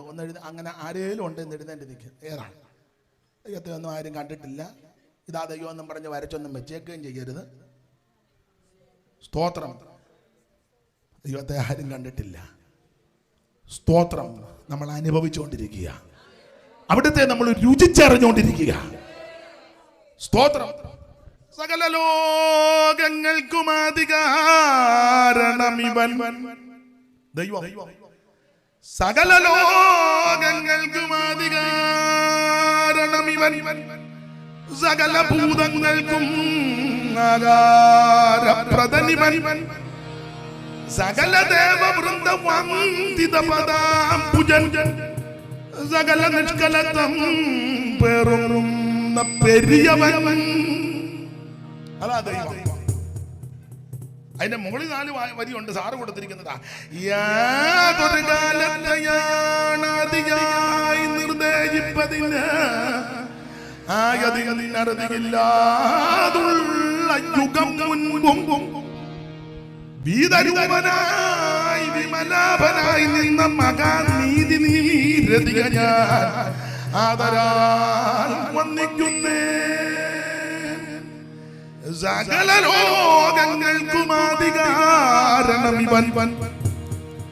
സകല ഭൂതങ്ങൾക്കും ആകാരപ്രദനിവൻ. സകല ഭൂതം നമ്മൾ ഉദ്ദേശിക്കുന്ന പഞ്ചഭൂതമാണ്, അല്ലാതെ വിശായിന്റെ കാര്യമല്ല. സകല ഭൂതങ്ങൾക്കും ആകാരപ്രദനിവൻ. സകല ദേവവൃന്ദവന്ദിതപദാംബുജൻ. സകല നിഷ്കലത്വം പേറുന്ന പെരിയവൻ. അതാ ദൈവം. സ്തോത്രം. സ്തോത്രം. എനിക്കതൊക്കെ അങ്ങ് ചൊല്ലി പ്രസംഗിച്ചാൽ കൊള്ളാന്നുണ്ട്. ഞാൻ പിന്നെ അങ്ങനെ ചൊല്ലിയാൽ നിങ്ങൾ പറയും എല്ലാം ബന്ധനങ്ങളാ. ഇങ്ങനെ ഇരിക്കുന്ന ആൾക്കാർക്ക് അത് ഇഷ്ടപ്പെടുകയില്ല. എന്തായാലും കൊള്ളാം. സർവജ്ഞനായ ദൈവം, നിത്യനായ ദൈവം, ഈ കാണുന്ന സകലത്തെയും സൃഷ്ടിച്ച ദൈവം, ആ ദൈവത്തിന്റെ കൈ കുറുകിപ്പോയിട്ടില്ല. Price the Lord. അതെ. അപ്പോൾ ഇന്ന് രാത്രി നമ്മൾ ചിന്തിക്കാൻ പോകുന്ന ചെറിയൊരു ചിന്താ വിഷയം, ദൈവത്തിന്റെ കൈ വന്നാൽ, അല്ലെങ്കിൽ ദൈവത്തിന്റെ കരത്തിന്റെ സ്പർശനമേറ്റാൽ എന്തൊക്കെ നടക്കും. ഇന്ന് രാത്രി അദൃശ്യനാകുന്ന ദൈവത്തിന്റെ മഹത്വമുള്ള ഭുജം ഇവിടെ വെളിപ്പെടണം. പുസ്തകം പഠിക്കുന്ന നിങ്ങൾക്കറിയാം, ചെങ്കടൽ തീരത്ത് വന്ന് ഇസ്രായേൽ മക്കൾ നിൽക്കുക. മുൻപ് ചെങ്കടൽ, പുറകിൽ വലിയ സൈന്യം. ഇസ്രായേൽ മക്കൾ ഫറവോന്റെ രഥത്തിന്റെ കൊടിക്കൂറ കണ്ട് പേടിച്ച് ഫറവോൻ അടുത്ത് വരിക. 600 സെലക്റ്റഡ് ഇരുമ്പ് രഥങ്ങളും പിന്നെ അസംഖ്യം അതെല്ലാം കൂടായിട്ട് പാഞ്ഞു വരുന്ന കാഴ്ച കണ്ട് ഇവർ പേടിച്ച്. ഇരുവശവും പർവ്വതം, മുൻപിൽ ചെങ്കടൽ. ആകെ പ്രയാസപ്പെട്ട് ജനമെല്ലാം കൂടെ പിറുപിറുക്കുക, നിലവിളിക്കുക. അപ്പൊ മോശയെ ആകെ പ്രയാസപ്പെട്ട തമ്പുരാൻ മോശയോട് പറഞ്ഞു, നീ അവരോട് മിണ്ടാതിരിക്കാൻ പറ. ഈ വിശ്വാസവും പ്രത്യാശയില്ലാത്തവനെല്ലാം ചുമ്മാ എഴുന്നേറ്റ് ആവശ്യമില്ലാത്തവെന്നും പറഞ്ഞിട്ട് മിണ്ടാതിരിക്കുക. തമ്പുരാനൊരു പരിപാടി പറഞ്ഞു. നിങ്ങൾക്കറിയാം, നിന്റെ കയ്യിൽ എന്തുകൊണ്ട് വടിയെടുത്ത് ചെങ്കടലിൽ നീട്ടാൻ പറഞ്ഞു.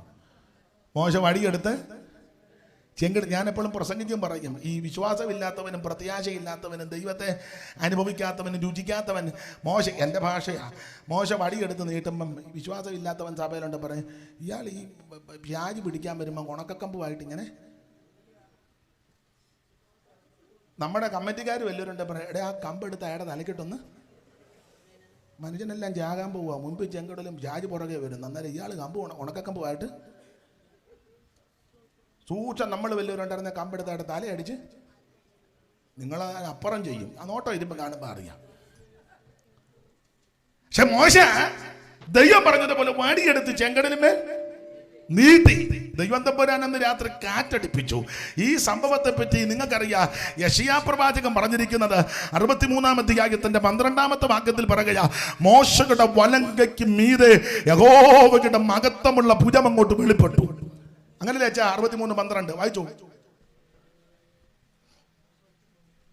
തന്റെ മഹത്വമുള്ള ഭുജം മോശയുടെ വലങ്കൈക്കൽ ചെല്ലുമാറാക്കി. മതി. തന്റെ മഹത്വമുള്ള ഭുജം മോശയുടെ വലങ്കൈക്കൽ ചെല്ലുമാറാക്കി.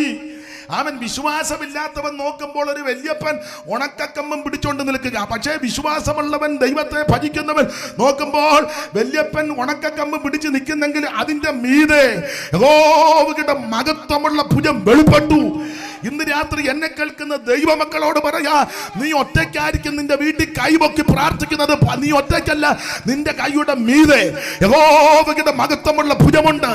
സഭയ്ക്കകത്ത് 2-3 പേരെ ഉള്ളായിരിക്കും കരമുയർത്തി പ്രാർത്ഥിക്കാൻ മതി.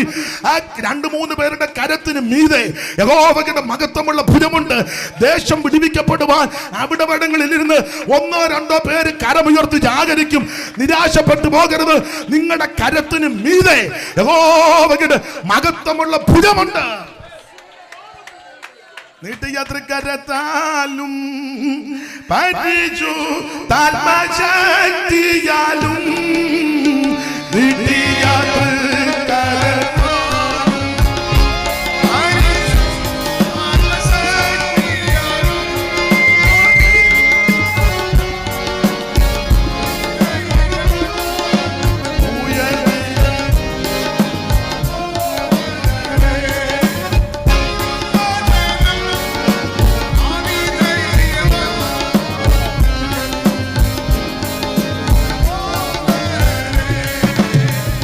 വലങ്കയുടെ മീതെ യഹോവയുടെ മഹത്വമുള്ള ഭുജം.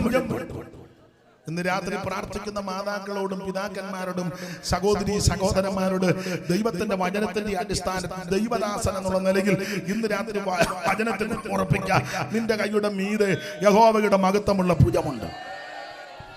രക്ഷിപ്പാൻ കഴിയാതെ യഹോവയുടെ കൈ കുറുകിപ്പോയിട്ടില്ല. ഞാൻ പ്രാരംഭത്തിൽ ഓർപ്പിച്ചല്ലോ, 1-2 ദിവസമായിട്ട് കഫത്തിന്റെ ബുദ്ധിമുട്ടുള്ളത് കൊണ്ട് ആവിയൊക്കെ പിടിച്ച് അതിന്റെ പരുവത്തിനാണ് നിൽക്കുന്നത്. അപ്പൊ നിങ്ങളുടെ പ്രാർത്ഥന അത്യാവശ്യമാണ്.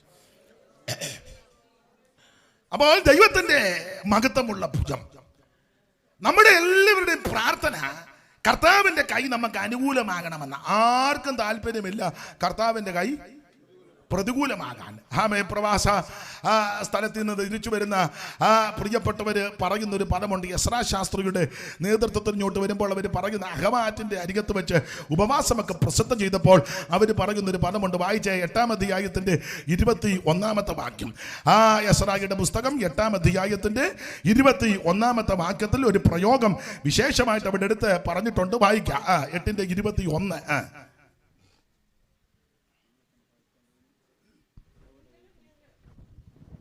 അനന്തരം ഞങ്ങൾ ഞങ്ങളുടെ ദൈവത്തിന്റെ സന്നിധിയിൽ ഞങ്ങളെ തന്നെ താഴ്ത്തേണ്ടതിനും ഞങ്ങൾക്കും ഞങ്ങളുടെ കുഞ്ഞുകുട്ടികൾക്കും ഞങ്ങളുടെ സകല സമ്പത്തിനു വേണ്ടി ശുഭയാത്ര അവനോട് യാചിക്കേണ്ടതിനും ഞാൻ അവിടെ അഹവാറ്റിനരികത്ത് വെച്ച് ഒരു ഉപവാസം പ്രസിദ്ധപ്പെടുത്തി. അടുത്ത വാക്യം. ഞങ്ങളുടെ ദൈവത്തിന്റെ കൈ അവനെ അന്വേഷിക്കുന്ന ഏവർക്കും അനുകൂലമായും അവനെ ഉപേക്ഷിക്കുന്ന ഏവർക്കും പ്രതികൂലമായും. ഇതാണ് കരത്തിന്റെ വിശേഷത. ദൈവത്തെ അന്വേഷിക്കുന്നവർക്കെല്ലാം ഈ കൈ അനുകൂലമാണ്. ദൈവത്തെ അന്വേഷിക്കുന്ന ബുദ്ധിമാനുണ്ടോന്ന് ദൈവം സ്വർഗത്തിൽ നിന്ന് നോക്കിക്കൊണ്ടിരിക്കുക. ഇന്ന് രാത്രി ദൈവത്തെ സേവിക്കുക, ദൈവത്തെ ഭജിക്കുക, ദൈവത്തെ ആരാധിക്കുക, ദൈവസന്നിധി സമർപ്പിക്കുക. ആമേൻ. സത്യദൈവവും നിത്യദൈവവും ഏകദൈവവും സാക്ഷാൽ ദൈവമാകുന്ന യേശുക്രിസ്തുവിന്റെ സന്നിധിയിൽ സമർപ്പിക്കുക. അവിടുത്തെ കൈ നിനക്ക് അനുകൂലമാണ്. ദൈവം അനുകൂലമെങ്കിൽ നമുക്ക് പ്രതികൂലം ആരെന്നാ? അതൊരു ചോദ്യചിഹ്നമിട്ട ആരുമില്ല. പ്രതികൂലം ദൈവം അനുകൂലമാണ്. അപ്പോൾ അന്വേഷിക്കുന്ന ഏവർക്കും അവിടുത്തെ കരം അനുകൂലമാണ്. എന്നാൽ അവിടുത്തെ ഉപേക്ഷിക്കുന്ന, ത്യജിക്കുന്ന, തള്ളിക്കളയുന്നവർക്ക് ഈ കൈ പ്രതികൂലമായിട്ട് വരും. ഇന്ന് രാത്രി എന്നെ കേൾക്കുന്ന ആർക്കും ഈ കരം പ്രതികൂലമാകരുത്. ഇവിടെ കൂടപ്പെട്ടവർക്കും കേൾക്കുന്നവർക്കെല്ലാം അവിടുത്തെ തിരുക്കരം അനുകൂലമായിട്ടിരിക്കട്ടെ. എന്താ അവിടുത്തെ കരത്തിന്റെ പ്രത്യേകത? ആ പ്രത്യേകതയെ പറ്റി അലങ്കാര ഭാഷയിലെ ഉപമകളും ഉപമാനങ്ങളും ഒക്കെ ആയിട്ടാ ഉത്തമഗീതത്തിലെ പല വാക്യങ്ങൾ. അതങ്ങനെ വ്യാഖ്യാനിച്ച് പഠിക്കുന്നതാണ് കുറച്ചുകൂടെ നല്ലത്. അപ്പോൾ ആ കർത്താവാകുന്ന യേശുക്രിസ്തുവിന്റെ അംഗപ്രത്യംഗ വർണ്ണന വ്യാഖ്യാനിക്കുമ്പോൾ വ്യാഖ്യാന ശാസ്ത്രം ആ വിധത്തിലാണ് കൊണ്ടുവന്ന് പഠിപ്പിക്കുന്നത്. അപ്പോൾ ഉത്തമഗീതങ്ങളുടെ പുസ്തകം 5-ാം അധ്യായത്തിന്റെ 14-ാമത്തെ വാക്യത്തിൽ അവിടുത്തെ കരത്തിന്റെ വിശേഷതയെ പറ്റി ഒരു പ്രയോഗമുണ്ട്. വായിച്ചേ.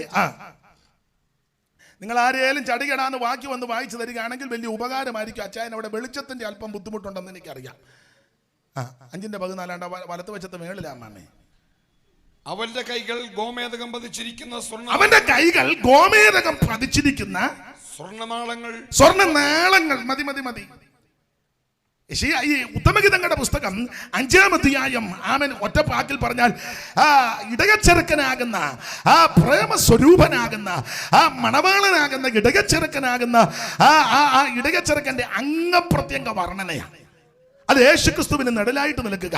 5-ാം അധ്യായത്തിന്റെ 10 മുതൽ വായിച്ചേ. അത് വളരെ കൃത്യമായിട്ട് എഴുതിയിട്ടുണ്ടല്ലോ. വായിച്ചേ. അമ്മാമയ്ക്ക് ആ മൈക്കൊന്ന് ചായച്ചു കൊടുത്തേര്.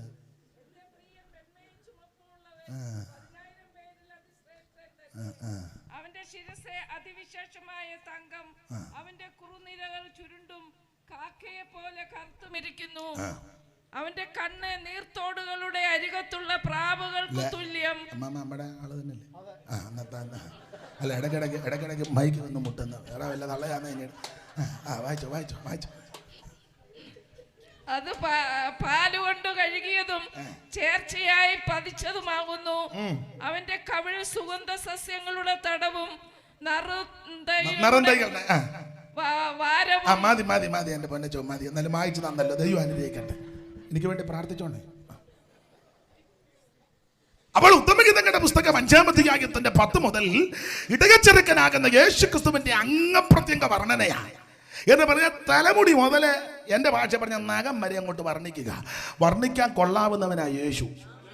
ഇതുപോലെ യോഗ്യനായ, ശ്രേഷ്ഠനായ, ഉന്നതനായ, മഹിമയുള്ള, മഹത്വമുള്ള വേറൊരുത്തൻ ഇല്ല, ഉണ്ടായിട്ടുമില്ല, ഇനി എങ്ങും ഉണ്ടാകുകയില്ല. സ്തോത്രം. നല്ല ലക്ഷണമൊത്തവനാ ക്രിസ്തു. TKS പാടിയ പാട്ടുണ്ടല്ലോ. ഉന്നത ദൈവ നന്ദനുലകിൽ വന്നിതു കന്യാജാതനായി. ഉന്നത ദൈവ നന്ദനുലകിൽ വന്നിതു കന്യാജാതനായി. ഇന്നോളം ഒരാൾ വന്നില്ലിതുപോൽ തന്നവതാരം നിസ്തുലം. ഇന്നോളം ഒരാൾ വന്നില്ലിതുപോൽ അന്നവതാരം അത്ഭുത പുരുഷൻ ക്രിസ്തു തന്റെ മഹിമാനിസ്തുലം. അത്ഭുത പുരുഷൻ ക്രിസ്തു തന്റെ മഹിമാനിസ്തുലം. ഇത്ര പ്രകാരയുക്തവനാകും ഒരുത്തനെ ഉലകിൽ കാണുന്നു. ഇത്ര പ്രകാരയുക്തവനാകും ഒരുത്തനെ ഉലകിൽ കാണുമോ? എന്തോ അത്ഭുത പുരുഷൻ ക്രിസ്തു തന്റെ മഹിമാനിസ്തുലം.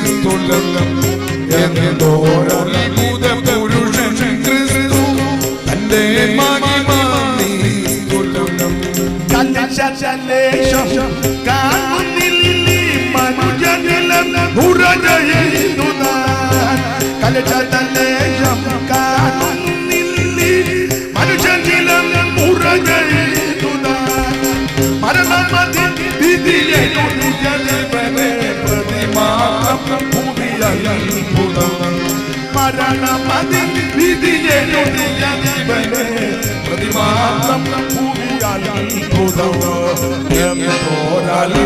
പുരുഷൻ ക്രിസ്തു തന്റെ മഹിമ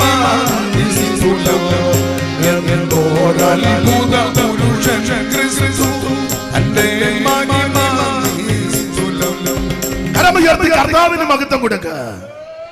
ഇതുപോലെ ശ്രേഷ്ഠനായ, യോഗ്യനായ, ഉന്നതനായ, മഹിമയുള്ള, മഹത്വമുള്ള, പാപം ചെയ്യാത്ത, പാപമില്ലാത്ത, പാപമേശാത്ത പരമവിശുദ്ധൻ വേറെ ആരും ഉണ്ടായിട്ടില്ല, ഇനി ഉണ്ടാകത്തുമില്ല. അവൻ TKS വേറൊരു പാട്ടി പറഞ്ഞിട്ടുണ്ട്, അവനൊപ്പം പറയാൻ ഒരാളുമില്ല, അവനെ പോലെ ആരാധ്യൻ വേറെ ആരുമില്ല. അവനെ ശരണമാക്കിയാലാണ് നമ്മുടെ ഭാഗ്യം. നീ യേശു ക്രിസ്തുവിനെ ആരാധിക്കുന്നതാ നിന്റെ ഭാഗ്യം. നീ യേശു ക്രിസ്തുവിനെ രക്ഷിതാവായി സ്വീകരിച്ചതാ നിന്റെ ഭാഗ്യം. ക്രിസ്തു ഈ ഭവനത്തിന്റെ നായകനായതാ നിന്റെ കുടുംബത്തിന്റെ രക്ഷ. Praise the Lord. ഇതുപോലെ ശ്രേഷ്ഠൻ അതെ. സബ്ജക്റ്റ് അതല്ലാത്തത് കൊണ്ട് അധികം നിൽക്കുന്നില്ല. അപ്പോൾ ഉത്തമഗീതങ്ങളുടെ പുസ്തകം 5-ാമത്തെ അധ്യായത്തിൽ ആ ഇടയച്ചെറുക്കന്റെ അംഗപ്രത്യംഗ വർണ്ണനയാ. 10-ാം വാക്യം മുതൽ. അമ്മാമേ 10-ാം വാക്യം ഒന്നുകൂടെ വായിച്ചു. എന്റെ പ്രിയൻ മെന്മയും ചുമപ്പുമുള്ളവൻ. ഒരു കാര്യം ഏതല്ലേ അമ്മാമയല്ലേ വായിക്കാൻ, അച്ഛമ്മയ്ക്ക് അതൊന്ന് ഉരിഞ്ഞെടുത്തേ, അതിട്ട് അങ്ങോട്ടും ഇങ്ങോട്ടും ആദ്യ തള്ളയുടെ മോന്തൊക്കെ എങ്ങനെ കൊണ്ടെങ്കിൽ പിന്നെ ഊരിക്കോ അച്ഛാ. അങ്ങനെ തന്നെ.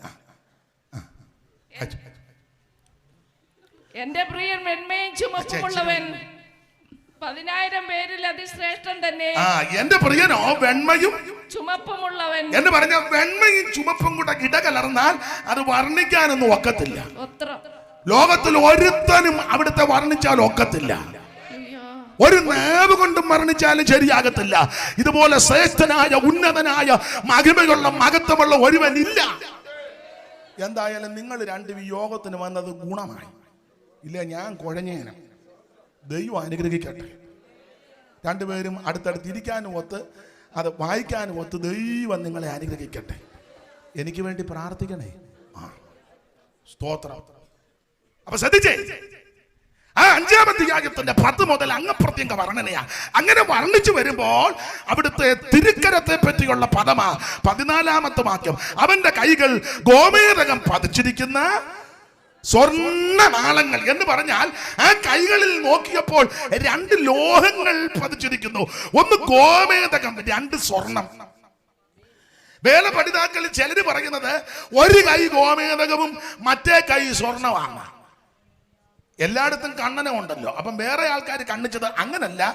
മുട്ടിന് കീപ്പോട്ട് ഗോമേതകോ, മുട്ടിന് മേപ്പോട്ട് സ്വർണം. നമ്മളിപ്പോ കണ്ണിക്കുകയും തർക്കിക്കുകയും വേണ്ട. എന്തായാലും അവിടുത്തെ കരത്തിൽ 2 ലോഹങ്ങളാണ്. ഒന്ന് ഗോമേതകം, 2 സ്വർണം. ഈ 2 ലോഹങ്ങൾ ഞാൻ വേദപുസ്തകത്തിന്റെ അടിസ്ഥാനത്തിലായി പറയുന്നത്. ഈ 2 ലോഹങ്ങൾ വേദപുസ്തകത്തിന്റെ അടിസ്ഥാനത്തിൽ 2 വിഷയത്തെ കാണിക്കുന്നത്. സ്വർണ്ണോ ഗോമേതകോ. അതിൽ സ്വർണം രാജത്വത്തെ കാണിക്കുക. സ്വർണം നിങ്ങൾക്ക് പലർക്കും അറിയാം, രാജത്വം. അതാണല്ലോ അവിടുത്തെ തിരുപ്പറവിയുടെ സമയത്ത് കിടക്കുന്ന വിദ്വാന്മാര് വന്നപ്പോൾ കൊണ്ടുവച്ച് കാഴ്ചവെച്ച 3 കാഴ്ച വസ്തുക്കൾ. എന്തോ മോളെ മോനെ എന്തോ അവിടെ കൊണ്ടുവച്ച് യേശു മരിച്ചപ്പോൾ ജനിച്ചപ്പം അവിടെ കൊണ്ട് വിദ്വാന്മാർ കൊണ്ട് 3 സാധനങ്ങൾ. അവനോടല്ലേ ചോദിച്ചു? അമ്മ ഉറക്കെ പറഞ്ഞു. പൊന്ന്, മൂര്, കുന്തിരിക്കം. പണ്ട് പേരൊന്നും ഞാൻ പറഞ്ഞില്ല. പണ്ടൊരു ഉപദേശി പുള്ളി വ്യാഖ്യാനിച്ചതാ. നമ്മളൊക്കെ തെറ്റുന്നുണ്ട്, ഒത്തിരി മിക്കതും തെറ്റാ. പിന്നെ പോഷത്വം കൊണ്ട് അങ്ങ് ദൈവം അത്ഭുതം ചെയ്യുന്നതാ. പണ്ട് ഒരു ഉപദേശി പറഞ്ഞു പോലും ഈ 3 കാര്യം കൊണ്ട് കാഴ്ച വെച്ചത് പൊന്ന്, മൂര്, കുന്തിരിക്കം. പൊന്ന് ഈ ഔസേപ്പ് പിതാവ് ഈ അമ്മയായിട്ട് ഇങ്ങനെ യാത്ര ചെയ്യുകയും വലിയ ബന്ധപ്പാടല്ലേ, പ്രസവമൊക്കെ കഴിഞ്ഞതല്ലേ. അപ്പോൾ ഒത്തിരി ചിലവുണ്ട്. അതിന് ആ പൊന്ന് കൊണ്ട് വെച്ചത് പണയം വെക്കോ വിൽക്കോ ചെയ്തിട്ട് കാര്യങ്ങളെല്ലാം നടത്തണ്ട. പിന്നെ മൂര്, അത് പ്രസവരക്ഷ. പണ്ട് അങ്ങനെയാണല്ലോ, അമ്മമാരൊക്കെ ചെയ്യുമല്ലോ. ലേഖ്യോ അരിഷ്ടമൊക്കെ കൊടുക്കും, അങ്ങാടിപ്പൊടിയൊക്കെ കൊടുക്കും. ഞങ്ങളുടെ വല്യമ്മച്ചിയൊക്കെ പറഞ്ഞു കേട്ടുണ്ട്, ചൂടിയോറിനകത്ത് മഞ്ഞപ്പൊടി മെതറി ആട്ടിയ വെളിച്ചെണ്ണ ഒഴിച്ചങ്ങ് കൊടുക്കുകയുള്ളൂ, വെള്ളം പോലും കൊടുക്കുകയല്ല. അത് പ്രസവരക്ഷയ്ക്കായിരുന്നു മൂര് കൊണ്ട് കൊടുത്തണ. പിന്നെ കുന്തിരിക്കം, അത് ഈ കന്നാലിക്കൂട്ടിലെ പ്രസവം കിടപ്പായതുകൊണ്ട് കൊതുകിൻ്റെ ശല്യം കണ്ടമാനം ഉണ്ടായിരുന്നു. അതിന് കുന്തിരിക്കം എല്ലാം പുകച്ച് പുള്ളിയുടെ വ്യാഖ്യാനമാണ്, അത് നമുക്ക് അങ്ങ് വിട്ടേക്കെ. എന്നാലും ഈ പൊന്ന് മൂരെ കുന്തിരിക്കം, അവിടുന്ന് രാജാവാണ്, അവിടുന്ന് പ്രവാചകനാണ്, അവിടുന്ന് പുരോഹിതനാണ്. അപ്പോൾ പൊന്ന് കൊണ്ട് വെച്ചതിന്റെ കാര്യം അവിടുത്തെ രാജാതിരാജാവാ. ഒന്ന് മകർന്നിന്നടുക്കൽ ഭക്തിയോടെ പൊന്ന് മൂരെ കുന്തിരിക്കം കാഴ്ച വച്ചു. ഒന്ന് മകർന്നിന്നടുക്കൽ ഭക്തിയോടെ പൊന്ന് മൂരെ കുന്തിരിക്കം കാഴ്ച വച്ചു. ഉന്നതാധികാരമുള്ള സന്നമിച്ചു ഘോഷിക്കുന്നിതാ നിജംഗമായി സിയോൻ മണവാളനെ, ശ്രീനരപതിയെ സിയോൻ മണവാളനെ. പാത്രമായ ലോകം ആകെയും ധരിപ്പതിനായി കന്യകയിൽ ജാതനായി വന്ന ശ്രീനരപതിയെ സിയോൻ മണവാളനെ, ശ്രീനരപതിയെ സിയോൻ മണവാളനെ, ശ്രീനരപതിയെ സിയോൻ മണവാളനെ. കരമുയർത്തി കർത്താവിന് മഹിമ കൊടുക്കുക. അവിടുന്ന് രാജാതിരാജാവാ. അപ്പൊ ആ വ്യാഖ്യാനം 2 ലോഹങ്ങൾ പതിപ്പിച്ചിരിക്കുന്നു. കുഴപ്പമില്ലല്ലോ. ഞാൻ പറഞ്ഞായിരുന്നില്ല പീര ഇടുമ്പോ ഇടയ്ക്കിടയ്ക്ക്. അപ്പൊ ശ്രദ്ധിച്ചേ, പൊന്ന് അവിടുത്തെ രാജ്യത്വത്തെ കാണിക്കുന്നതാ. ഒന്നുകൂടെ വ്യാഖ്യാനിച്ച് പറഞ്ഞാൽ പൊന്ന് അനുഗ്രഹത്തെ കാണിക്കുന്നതാ, അത് വിടുതലിനെ കാണിക്കുന്നതാ. 2 ലോകങ്ങൾ പതിച്ചിരിക്കുന്നു. ഒന്ന് പൊന്ന്, 2 ഗോമേതകം. ഈ പുസ്തകത്തിന്റെ വെളിച്ചത്തിൽ വ്യാഖ്യാനിച്ചാൽ ഗോമേതകം ന്യായവതിയെ കാണിക്കുന്നതാ. കാരണം ലേവ്യ പുസ്തകവും പുറപ്പാട് പുസ്തകം പഠിക്കുമ്പോൾ ആ ക്രമപ്രകാരം നിൽക്കുന്ന പുരോഹിതൻ, മഹാപുരോഹിതൻ, ആ മഹാപുരോഹിതന്റെ മാർപ്പതക്കത്തിൽ 12 കല്ലുകളുണ്ട്. അതിലൊരു കല്ലാണ് ഗോമേതകം. ആ 12 കല്ലും 12 ഗോത്രങ്ങളെ വഹിക്കുന്നു. അതിലൊരു കല്ലാണ് ഗോമേതക കല്ല്. ആ ഗോമേതകം ദാൻ ഗോത്രത്തിന് നിഴലാണ്. ദാൻ ഗോത്രത്തെ പറ്റി പഠിക്കുമ്പോൾ അത് ന്യായവതിയെ കാണിക്കുന്നു. അതാണല്ലോ ഗോത്രപിതാവാകുന്ന യാക്കോബ് മരണവക്കത്രത്തിൽ അകപ്പെട്ട സമയത്ത് മരിക്കുന്നതിന് മുമ്പ് തന്റെ കുഞ്ഞുങ്ങളെല്ലാം കൂടെ വിളിച്ചുകൂട്ടി ഭാവികാലം സംബന്ധിച്ച് പ്രവചനാത്മാവ് ദൂത് പറയുമ്പോൾ പറയുന്ന പദമുണ്ട്. ആ പദം ഇങ്ങനെ: ദാൻ വടികളൊരു പാമ്പും അവൻ പേറുകളൊരു സർപ്പം, അവൻ കുതിരക്കെട്ട കുതികാലിന് കയറി കടിക്കും, കുതിരപ്പുറത്തിരിക്കുന്നവൻ മലർന്ന് താഴെയും കിടക്കുമെന്ന്. അപ്പൊ ചുരുക്കി കുതിരപ്പുറത്തിരിക്കുന്നവൻ താഴെ പോവേ.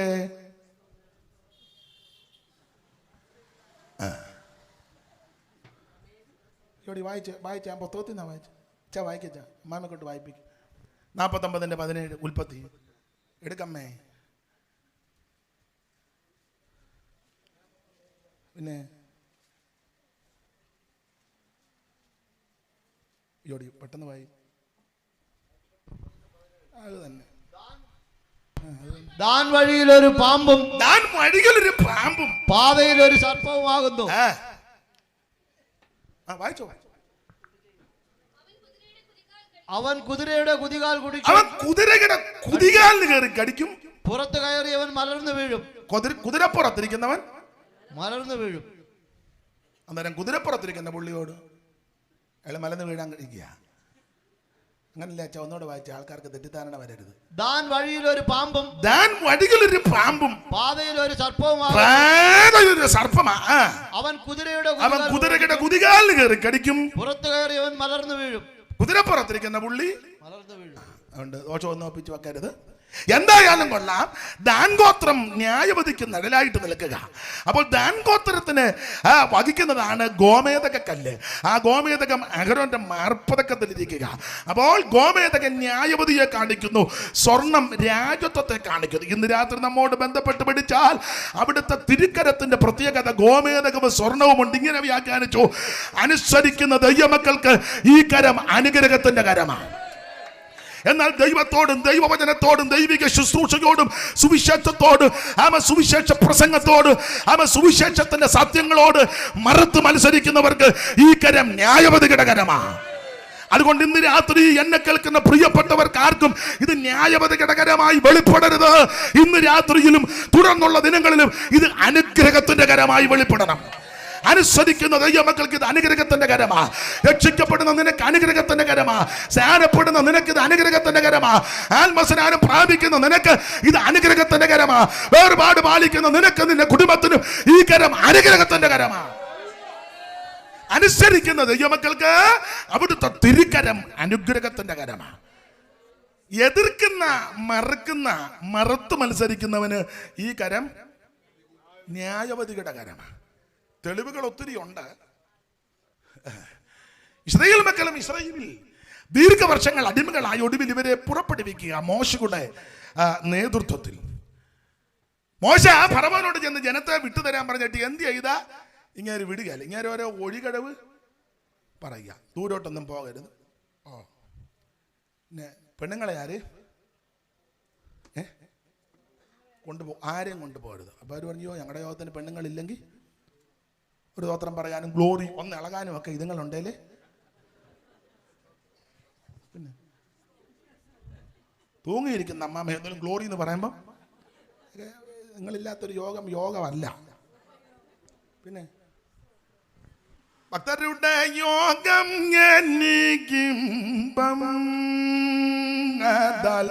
ശക്തിയേറും ദൈവത്തിൽ കുടുംബം. ഭക്തരുടെ യോഗം ശക്തിയേറും ദൈവത്തിൽ കുടുംബം. ആദാൽ കർത്തൃമേഖയോടാനെയും നേരമുള്ളിൽ കുംഭം വാടും നിർമ്മല ഹൃദയന്മാർ ദൈവം. ആദാൽ നല്ലവനതിനിലോടു വാദം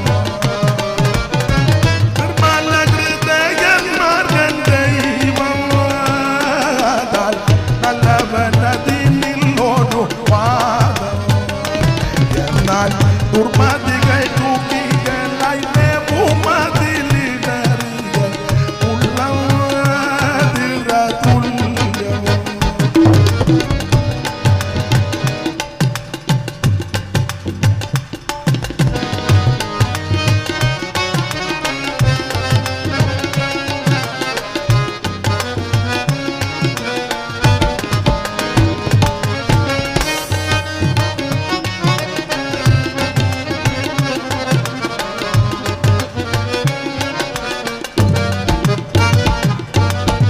ഭക്തരുടെ യോഗം എനിക്കിമ്പം ശക്തികേറും ദൈവത്തിൻ കുടുംബം.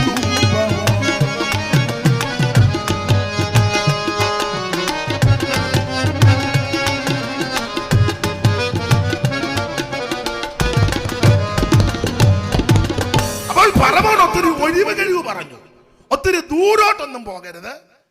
അന്നേരം പറഞ്ഞു, അയ്യോ ഞങ്ങൾക്ക് ദൂരെ പോയി വേണം 3 ദിവസത്തെ വഴി. അപ്പം പറഞ്ഞു, പെണ്ണുങ്ങളെ ആര്? അയ്യോ അതൊട്ട് വെക്കുന്ന കേസേ അല്ലെന്ന് പറഞ്ഞു. ഒരു വാക്യം വായിച്ചു തരാനാന്നേലും ഒരു ഗ്ലോറി പറയാനാന്നേലും യോഗത്തിന് നേരത്തെ വരാനാന്നേലും ഒക്കെ ഇതുങ്ങളെ ഒക്കെ സ്തോത്രം. എന്നാലും പറഞ്ഞ് കന്നാലി ഒന്നും കൊണ്ടുപോകണ്ടെന്ന് പറഞ്ഞു. അയ്യോ അത് അത്യാവശ്യമാണെന്ന് പറഞ്ഞു. കണ്ടിക്കാത്ത ഒറ്റ യോഗം ഞങ്ങൾക്കില്ലെന്ന് പറഞ്ഞു. ഒന്നെങ്കിൽ ഏട്ടക്കൂരി അല്ലേ മൂരിക്കാള. ഏത് മാസയോഗത്തിനും ഒന്നിനെ ഞങ്ങൾ പിന്നെ അവിടെ ഞാൻ വ്യാഖ്യാനിക്കുന്നില്ല. ഒത്തിരി ഒഴിവ് കഴിവ് പറഞ്ഞു, ജനത്തെ വിടുന്നില്ല. അപ്പോൾ മോശ ദൈവത്തോട് ഈ പരാതി പറഞ്ഞ തമ്പുരാൻ പറഞ്ഞ ബാധ അയക്കാൻ പോകാം. അങ്ങനെ ബാധ അങ്ങോട്ട് അയച്ച് ചുരുക്കി പറഞ്ഞാൽ ഓരോ ബാധയ്ക്കും പുള്ളി ഹൃദയം അങ്ങ് കടുപ്പിക്കുക. അപ്പോൾ അതിനിടയ്ക്ക് വന്നൊരു ബാധയാണ്. മോശയോട് ദൈവം പറഞ്ഞ് നിലത്തെ പൊടി അടിക്കാൻ പറഞ്ഞു. ആ പൊടിക്കിട്ടൊരു അടിയടിച്ചപ്പോൾ നിലത്തെ പൊടി മുഴുവൻ പേൻ പേൻ പേൻ പേൻ അറിയത്തില്ലേ? കൊള്ള ഇരുന്ന് ചോറഞ്ഞ് ഇപ്പം ആർക്കും പേനൊന്നും അറിയാം.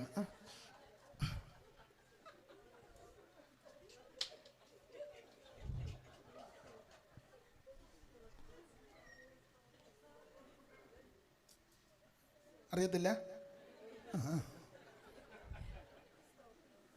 മാന്തി. അപ്പൊ നിലത്തെ പൊടി ക്ഷണത്തിൽ പേനായി തീർന്നു.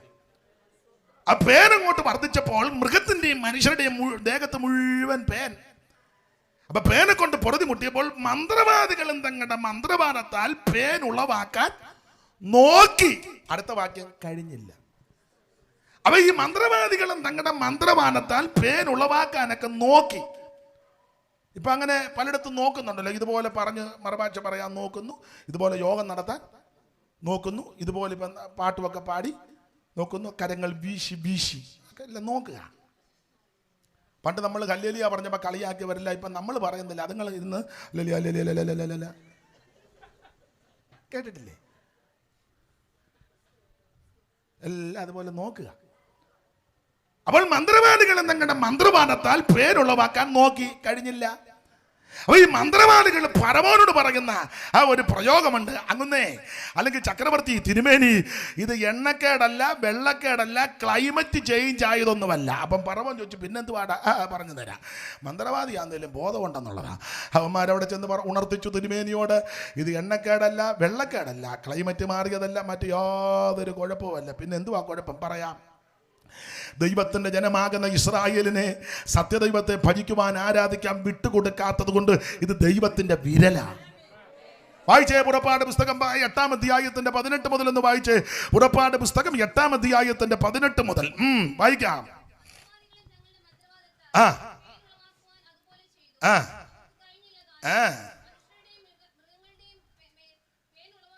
ആ ആ ഇനി മൈക്ക് കൂടെ ഒന്ന് വായിക്കാമോ? അയ്യോടി 8:18. മൈക്ക് അങ്ങോട്ട് അമ്മാമയ്ക്ക് കൊടുക്കും.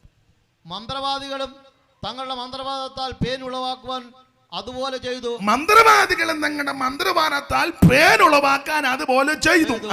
അവർക്ക് കഴിഞ്ഞില്ല താനും. ഒന്നും കഴിഞ്ഞില്ല. അടുത്തത്, മനുഷ്യരുടെയും മൃഗങ്ങളുടെയും മേൽ പേൻ ഉളവായതുകൊണ്ട് മന്ത്രവാദികൾ ഫറവോനോട്, ഇത് ദൈവത്തിന്റെ വിരലാ. നമ്മുടെ വിഷയത്തോട് ബന്ധപ്പെട്ട് പറഞ്ഞാൽ ഇത് ദൈവത്തിന്റെ കയ്യാ. സത്യദൈവത്തെ സേവിക്കുവാൻ, സത്യദൈവത്തെ ഭജിക്കുവാൻ ജനത്തെ വിട്ടുകൊടുക്കാൻ നീ തടുത്തു വച്ചിരിക്കുന്നത് കൊണ്ട് ഇത് ദൈവത്തിന്റെ കയ്യാ.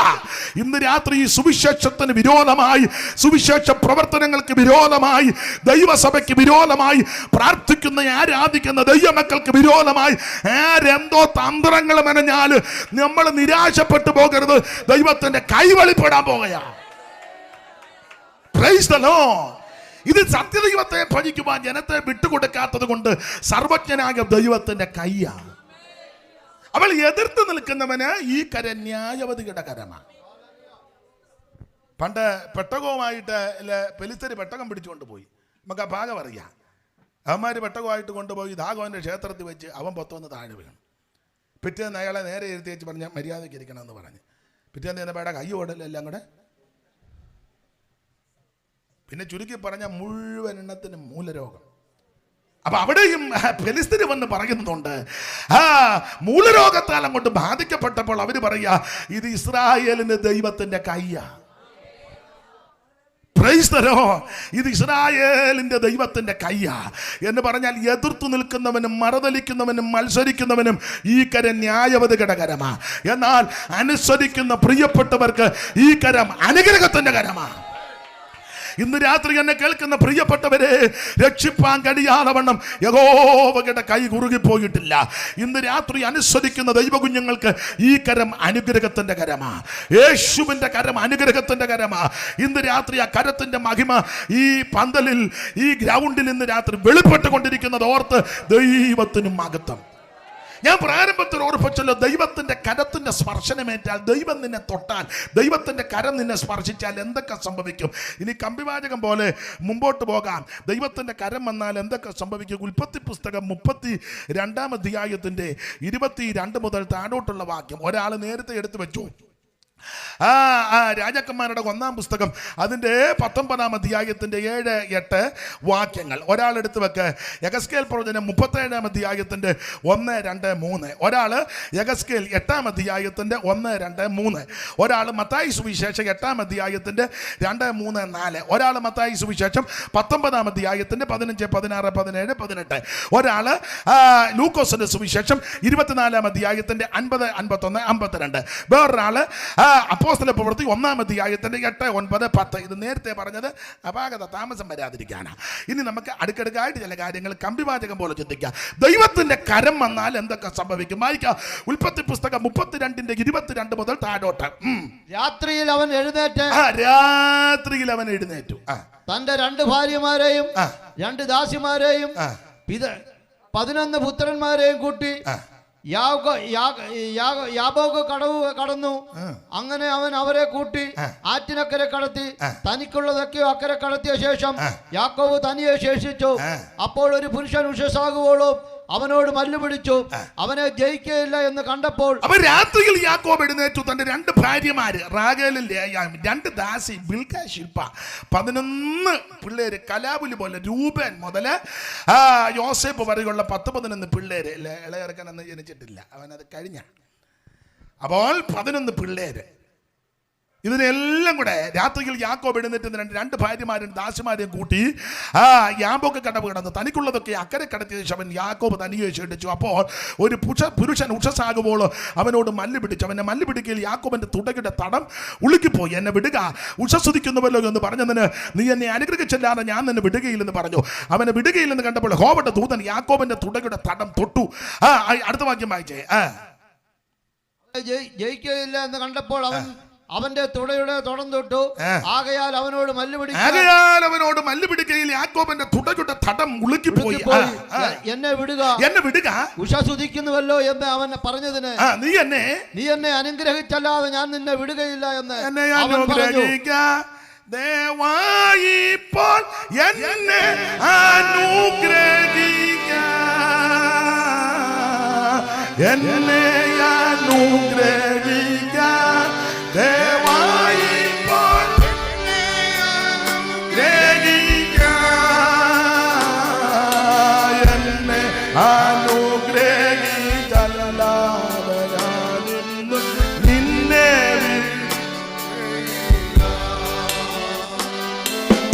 എന്നെ അനുഗ്രഹിച്ചല്ലാതെ ഞാനിന്ന് നിന്നെ ശ്രദ്ധിക്കുക. യഹോവയുടെ കൈ രക്ഷിപ്പാൻ കഴിയാതെ വണ്ണം യഹോവയുടെ കൈ കുറുകിപ്പോയിട്ടില്ല. പശ്ചാത്തല ഭാഗം തിരുവചനം ധ്യാനിച്ച് പഠിക്കുന്നവർക്കറിയാം. രാത്രിയിൽ യാക്കോബ് എഴുന്നേറ്റു. അങ്ങനെ രാത്രി എഴുന്നേക്കുന്ന പ്രകൃതക്കാരനല്ല, സന്ധ്യക്കേ കിടക്കുന്നയാളാണ്. ഇല്ലയോ? ഈ ചേട്ടനെ പേടിച്ച് ഓടി വന്ന മൂച്ചിന് ക്ഷീണമൊക്കെ കാണും.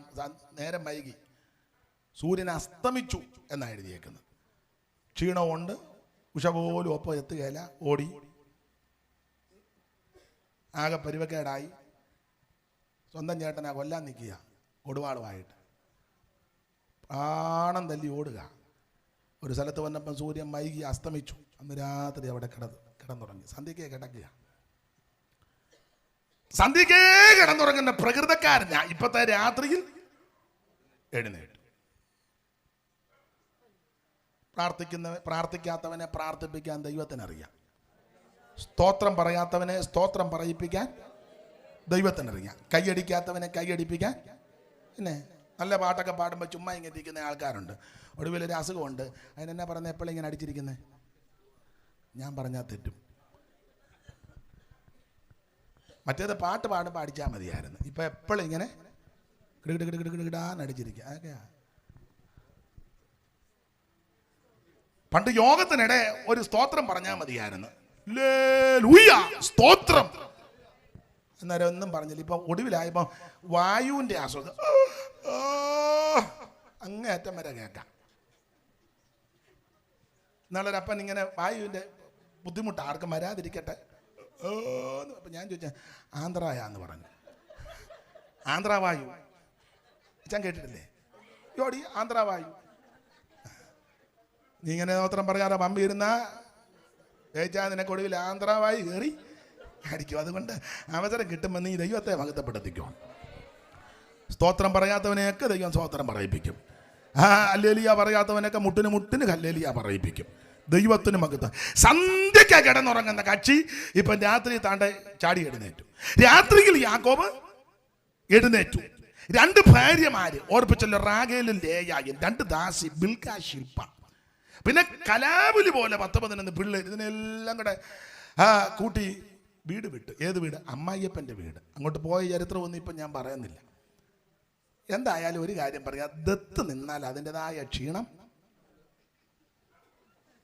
ദത്തുകാരും ഇന്ന് എൻ്റെ കൊങ്ങായിക്ക് പിടിക്കരുത്. താൻ കൊത്തി മുറത്ത് കയറി ഞാനിവിടെ എങ്ങനെ വന്നു പെട്ടെന്ന് എനിക്കും ദൈവത്തിനുമേ.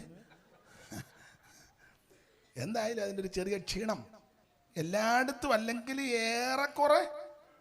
പിന്നെ എന്നേക്കാൾ എൻ്റെ അപ്പൻ്റെ പ്രായമുള്ള യോണച്ചാൻ കാര്യം കൃത്യം പറഞ്ഞു. നിങ്ങളെല്ലാം പിന്നെ ഭാഷ അത് തന്നെ പറഞ്ഞോ. ഭാഷ ഞാനും കുറേ നാളായിട്ട് അനുഭവിച്ചുകൊണ്ട് ഇരിക്കുക. അപ്പം പിന്നെ അങ്ങനെയും ഒരു വിടുതൽ അങ്ങ് നടക്കട്ടെ. ദത്ത് ചുരുക്കി പറഞ്ഞാൽ, ഒരു ദിവസം സുപ്രഭാതത്തിൽ യാക്കോബ് എഴുന്നേറ്റ് വന്നപ്പോൾ അളിയന്മാരുടെ സംസാരം അത്ര നല്ലതല്ല. മൂത്തളിയൻ കൊച്ചളിയനോട് പറഞ്ഞു, എടാ കുഞ്ഞുഞ്ഞെ, നമ്മുടെ അളിയൻ ജേക്കബ് ഈ അനുഗ്രഹമെല്ലാം പ്രാപിച്ചത് ദൈവം അനുഗ്രഹിച്ചൊന്നുമല്ല. അപ്പോൾ കുഞ്ഞുഞ്ഞ് ചോദിച്ചു, പിന്നെ എങ്ങനെ കൊച്ചേട്ടാ, അമ്മേ 10 മണിയായിട്ട് യോഗം തീരുവോളെന്ന് പറഞ്ഞു തരും. സാധാരണ 9-ന് തീരുന്ന അതിന് അമ്മയ്ക്ക് കോള് വന്ന് 10 ആകുമെന്ന് പറഞ്ഞു. അമ്മ ഭാരപ്പെടേണ്ട, വണ്ടിയില്ലെങ്കിൽ ഞാൻ കൊണ്ട് എൻ്റെ വണ്ടിയെ വിടാം, വണ്ടിയെല്ലാം എന്നാലും വന്ന്, എന്നാലും 10 അങ്ങ് പറഞ്ഞു തരും. പിന്നെ വരുന്നു, കോള് വരുന്നു. അപ്പൊ ശ്രദ്ധിച്ചേ, യാക്കോബ് തനിക്കുള്ളതെല്ലാം എടുക്കുക. അളിയന്മാരുടെ സംസാരം അത്ര നല്ലതല്ല. യാക്കോബുടെ അമ്മാവിയപ്പൻ്റെ മുഖത്തോട്ട് നോക്കി, മുഖം അത്ര നല്ല അല്ല. അപ്പൊ അളിയന്മാരുടെ ഈ ഡയലോഗും അമ്മായിയപ്പനും അമ്മാച്ചനുമാകുന്ന ലാബാന്റെ മുഖവും എല്ലാം കൂടെ കണ്ടപ്പോൾ മനസ്സിലായി, ഇനി ഇവിടെ നിന്നാൽ പരിവക്കേട. അതാ രാത്രിയിൽ എഴുന്നേറ്റ് ഭാര്യമാരോട് പറഞ്ഞു, പോവുകയെന്ന് പറഞ്ഞു. വരുന്നോന്ന് ചോദിച്ചു. അവർ പറഞ്ഞു, പിന്നെ ഇങ്ങനെ പോകുന്നിടത്ത് ഞങ്ങൾ വരാതെ. അതിനല്ലയോ കല്യാണം കഴിച്ചേ, ഞങ്ങളും വരിക. വയലിൽ വെച്ചാ, പിന്നെ നിങ്ങളോട് വയലിൽ വെച്ചാ പറഞ്ഞു, പരിക്കകത്ത് വെച്ച് പറഞ്ഞാൽ ഇവിടെ അപ്പോഴന്നേരം അന്ന് മൊബൈലില്ല, ഞാൻ നന്നായി. ഇല്ലെങ്കിൽ അവിടെ ഇരുന്നോണ്ട് തന്നെ ക്ലിൻ ഞങ്ങൾ പോവുക. ഉടനെ അവിടെ നിന്ന് ക്ലിൻ നിങ്ങളെ വിടത്തില്ല. ഉടനെ ഇവിടെ നിന്ന് ക്ലിൻ ഞങ്ങൾ പോകും. ഉടനെ അവിടെ നിന്ന് ക്ലിൻ പോകുന്ന ഒന്ന് കാണണം. അങ്ങനല്ലേ ഇപ്പോഴത്തെ പരിപാടികളല്ല. അച്ഛന് മനസ്സിലായില്ലെന്ന് വന്ന്. അപ്പൊ ചുരുക്കി പറഞ്ഞാൽ അന്ന് ഈ ഇണക്കൊന്നും ഇല്ലാത്തത് കൊണ്ട് യാക്കോബ് നേരെ വയലിൽ കൊണ്ടുപോയിട്ട് ഭാര്യമാരോട് പറഞ്ഞു, ഞങ്ങൾ ഇവിടെ ഞാൻ പോവുക, നിങ്ങൾ വരുന്നു. അയ്യോ, പെണ്ണുങ്ങൾ പറഞ്ഞു ഞങ്ങളും വരിക എന്ന് പറഞ്ഞു. കൊച്ചുങ്ങളെല്ലാം കൂടെ കൂട്ടി ചുരുക്കി പറഞ്ഞാൽ ലാബാന്റെ വീട് വിട്ട് യാക്കോബും തൻ്റെ കുടുംബമെല്ലാം കൂടെ പ്രയാണം തുടങ്ങി. വിസ്തരിക്കുന്നില്ല. അങ്ങനെ പ്രയാണം ചെയ്ത് യാക്കോബ് യാബോക്ക് കടവിന്റെ തീരത്ത് വന്നു. തനിക്കുള്ളതെല്ലാം അക്കരെ കടത്തി. ഒടുവിൽ ജേക്കബ് തനിയെ ശേഷിച്ചു. തന്റെ ഹൃദയത്തിനകത്ത് തിങ്ങി വങ്ങുന്ന വിഷയങ്ങൾ പലതുണ്ട്. ഒന്ന് പ്രധാനപ്പെട്ട, 10-20 കൊല്ലം മുമ്പ് ചേട്ടൻ കൊല്ലാൻ വന്നവനാ കൊടുവാളുമായിട്ട് അവിടെ നിൽക്കുക. അയാളെ പേടിച്ചാ ഞാൻ ഇങ്ങോട്ട് ഓടി വന്ന സ്ഥലത്ത് എന്നല്ല ഒരു സ്ഥലത്ത്, അതിന്റെ പഴയ സ്ഥലത്തിന്റെ പേര് ലൂസ് എന്നാ, അല്ലയോ? ലോച്ചോനെ ലൂസ്. പിന്നെ പുള്ളി അത് ബദേൽ എന്നൊക്കെ ഇട്ടു. പരുവത്തിന് ഒരു കല്ല് കിട്ടി, അത് തലണിയായിട്ട്. അന്ന് രാത്രി ഒരു സ്വപ്നം കണ്ടു. ഗോവേണി, ആ പ്രതിസന്ധിയുടെ നടുവിൽ ഒരു ഗോവേണി, ദൂതന്മാരിങ്ങനെ കയറുകയിറങ്ങുകയും ചെയ്യുക. പാടാൻ വയ്യെങ്കിലും നിങ്ങൾക്കറിയാം, ചേർന്ന് പാട്. തലയിണയായി കൽമാത്രം കോവേണിയിൽ ദൂതന്മാരിറങ്ങി വരും. തലയിണയായി കൽമാത്രം കോവേണിയിൽ ദൂതന്മാരിറങ്ങി വരും.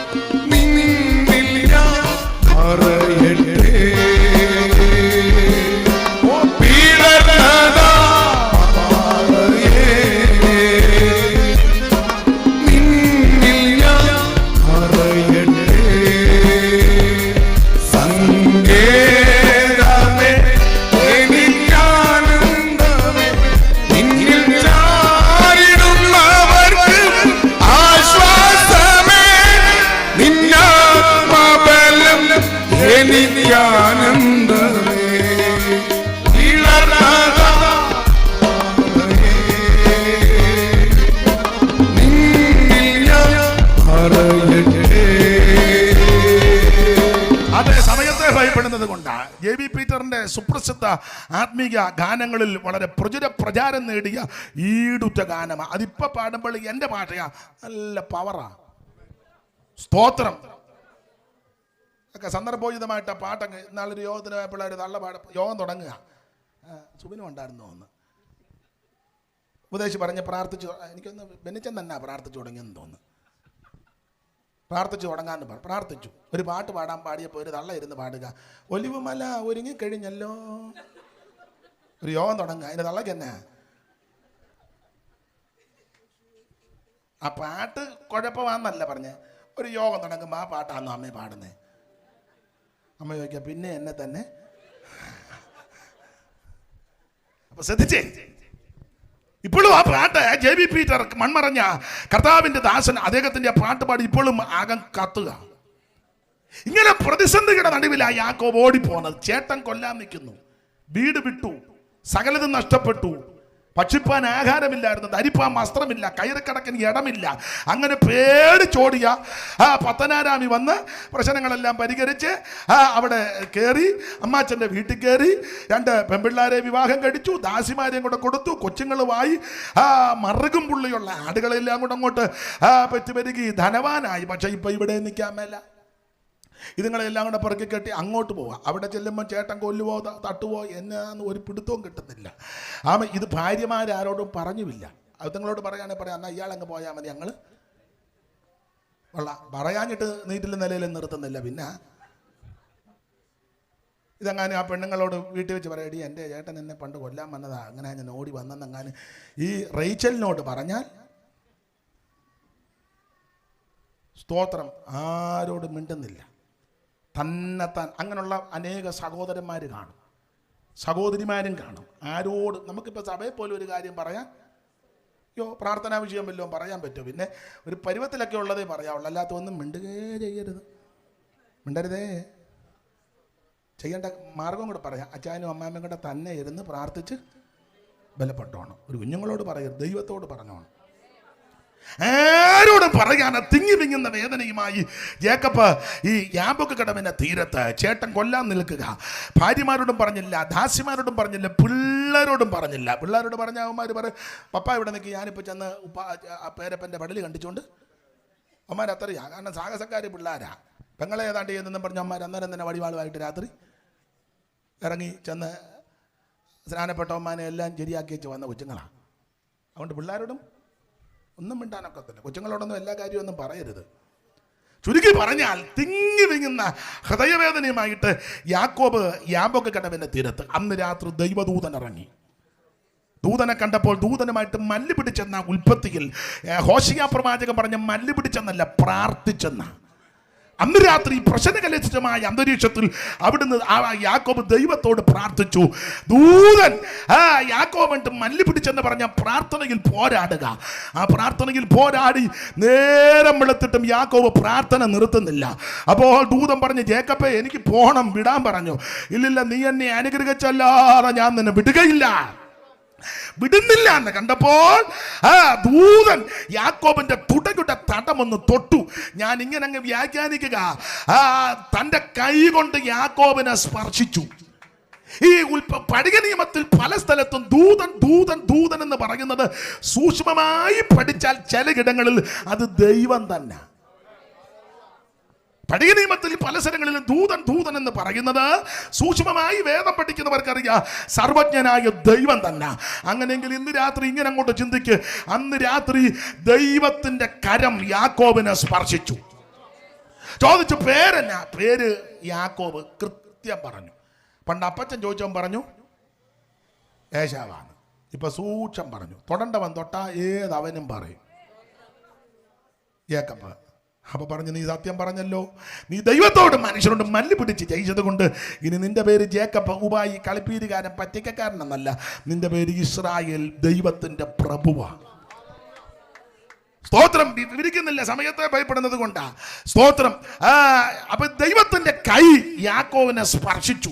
അപ്പോൾ എന്തോ സംഭവിച്ചു.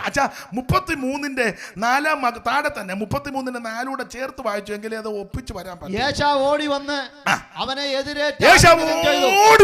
എതിരേറ്റ് ആലിംഗനം ചെയ്ത് അവന്റെ കഴുത്തിൽ വീണ് അവനെ ചുംബിച്ചു. രണ്ടുപേരും കരഞ്ഞു. പിന്നെ അവൻ തലപൊക്കി എന്നോട് നോക്കിയേ. അന്ന് രാത്രി ഈ സർവജ്ഞനായ ദൈവം യാക്കോബിനെ തൊട്ടു. യാക്കോബിനെ ദൈവം തൊട്ടപ്പോൾ എന്തോ സംഭവിച്ചു. നമ്മുടെ പഠനത്തിന് ഇങ്ങനെ പറയാ, യാക്കോബിനെ ദൈവത്തിന്റെ കരം കൊണ്ട് സ്പർശിച്ചപ്പോൾ ഇവന്റെ പേര് മാറി, പ്രകൃതി മാറി, അനുഗ്രഹത്തിന്റെ പേര് കൊടുത്തു. മാത്രമല്ല, വിരോധമായി നിന്നവനല്ല അനുകൂലപ്പെട്ടു വന്നു. ഇന്ന് രാത്രി ദൈവം നിന്നെ സ്പർശിച്ചാൽ നിന്റെ പേരും പ്രകൃതിയും മാറ്റി, ശാപദോഷങ്ങൾ മാറ്റി, കുടുംബത്തിന്റെ ശാപം മാറ്റി, തലമുറകളുടെ ശാപം മാറ്റി, സകല പാരമ്പര്യത്തിന്റെ ശക്തികളെ അടിച്ചു മാറ്റി അവൻ വിരോധമായി നിൽക്കുന്നവർ ഇന്ന് രാത്രി നിനക്ക് അനുകൂലപ്പെട്ടു വരും. യാക്കോബിനെ തൊട്ടകരം കുറുകിപ്പോയിട്ടില്ല. രക്ഷിപ്പാൻ കഴിയാതെ വണ്ണം യഹോവയുടെ കൈ കുറുകിയില്ല. ഞാനൊരു കാര്യം വചനത്തിന്റെ വെളിച്ചത്തിൽ ദൈവമക്കളോട് പറയാ, നിനക്ക് വിരോധമായി മന്ത്രിക്കുന്നെങ്കിൽ, ചിന്തിക്കുന്നെങ്കിൽ, തന്ത്രങ്ങൾ ഒരുക്കുന്നെങ്കിൽ, കുരുക്കൊരുക്കുന്നെങ്കിൽ നമ്മുടെ ആയുധം പ്രാർത്ഥനയാ. കേസിന് പോകരുത്, കോടതി പോകരുത്, വഴക്കുണ്ടാക്കാൻ പോകരുത്, വക്കാണത്തിന് പോകരുത്, ഗുണ്ടകളെ ഇറക്കണ്ട, ആ വടിവാളും കൊടുവാളും ഇടിയട്ടെ നെഞ്ചക്കും നാടൻ പൊമ്പ് ഒന്നും വേണ്ട. നമ്മുടെ ആയുധം പ്രാർത്ഥനയാ. നീ മുടങ്കാൽ, ദൈവമക്കൾ മുടങ്കാൽ ഇരിക്കണം. ദൈവസഭയോട് ഞാൻ പറയാ, കേസിന് പോകരുത്, വഴക്കിന് പോകരുത്. ഉന്നതന് മീതെ ഉന്നതനുണ്ട്, അവന് മീതെ അത്യുന്നതനുണ്ട്. അവൻ നിന്നെ വിടുവിക്കുവാൻ കഴിവുള്ള ഒരുവനുണ്ട്. സകല പെന്തിക്കോസുകാരോടും പറയാം, കേസിന് പോകരുത്. സഭക്കാരും കേസിന് പോകരുത്, കേസിന് പോകരുത്. സ്വോത്ര കാഴ്ച കാശെടുത്ത് കോടതി കൊടുക്കരുത്. അത് വേറെ ആൾക്കാർ പോട്ടെ. നമ്മുടെ ആയുധം പ്രാർത്ഥനയാണ്. സ്തോത്രം, സ്തോത്രം. ദൈവസഭയ്ക്ക് വിഷയം വന്നാൽ മുട്ടയിലിരുന്ന് പ്രാർത്ഥിക്കണം. തിരിച്ചടിയല്ല നമ്മുടെ ആയുധം. മറുത്ത് മത്സരിക്കുന്നതല്ല ആയുധം. ആക്ഷേപം പറയുന്നതല്ല ആയുധം. എഴുതി ഒരുത്തനെ കൊല്ലുന്നതല്ല ആയുധം. അവൻ കരുക്കൾ ഒരുക്കുന്നതല്ല ആയുധം. തന്ത്രങ്ങൾ മറിഞ്ഞ് കുരുക്കിലാക്കുന്നതല്ല ആയുധം. നമ്മുടെ ആയുധം പ്രാർത്ഥനയാണ്. നീ പ്രാർത്ഥനയുടെ മുറിക്കകത്ത് കയറണം, മുഴങ്കാലും മേലിരിക്കണം. സകല പ്രാർത്ഥനയാലും യാചനയാലും ഏത് നേരത്തും ആത്മാവിൽ പോരാടി പ്രാർത്ഥിക്ക്. നിന്റെ പ്രശ്നത്തിന് ദൈവ പരിഹാരം തരും. യാക്കോബിനെ തൊട്ടകര കുറുകി പോയിട്ടില്ല. ഇന്ന് രാത്രി ഈ കരം നിന്നെ സ്പർശിക്കട്ടെ. വിശ്വസിക്കുന്നവർ ഇന്ന് രാത്രി ദൈവത്തിന് മഹത്വം കൊടുക്ക. ഒരു സൈന്യം എന്റെ നേരെ പാളയമിറങ്ങിയാൽ ഭയപ്പെടത്തില്ല, ഭയപ്പെടത്തില്ല. ചിലർ രഥങ്ങളിലും ചിലർ കുതിരകളിലും ആശ്രയിക്കുക. നമുക്ക് നമ്മുടെ ദൈവത്തിൽ ആശ്രയിക്കാം. സങ്കീർത്തനക്കാർ പാടി, ഞാൻ എന്റെ കണ്ണ് പർവ്വതങ്ങളിലേക്ക് ഉയർത്തുന്നു, എനിക്ക് സഹായം എവിടെ നിന്ന് വരും? എന്റെ സഹായം ആകാശത്തെ ഭൂമി ഉണ്ടാക്കിയ യഹോവയിൽ നിന്ന് വരുന്നു. ഇസ്രായേലി കാവൽക്കാരൻ നിദ്രാഭാരം തൂങ്ങുന്നില്ല. ഓ ഇസ്രായേലി കാവൽക്കാരൻ ചേർന്ന് പാടും. നിദ്രാഭാരം തൂങ്ങുന്നില്ല.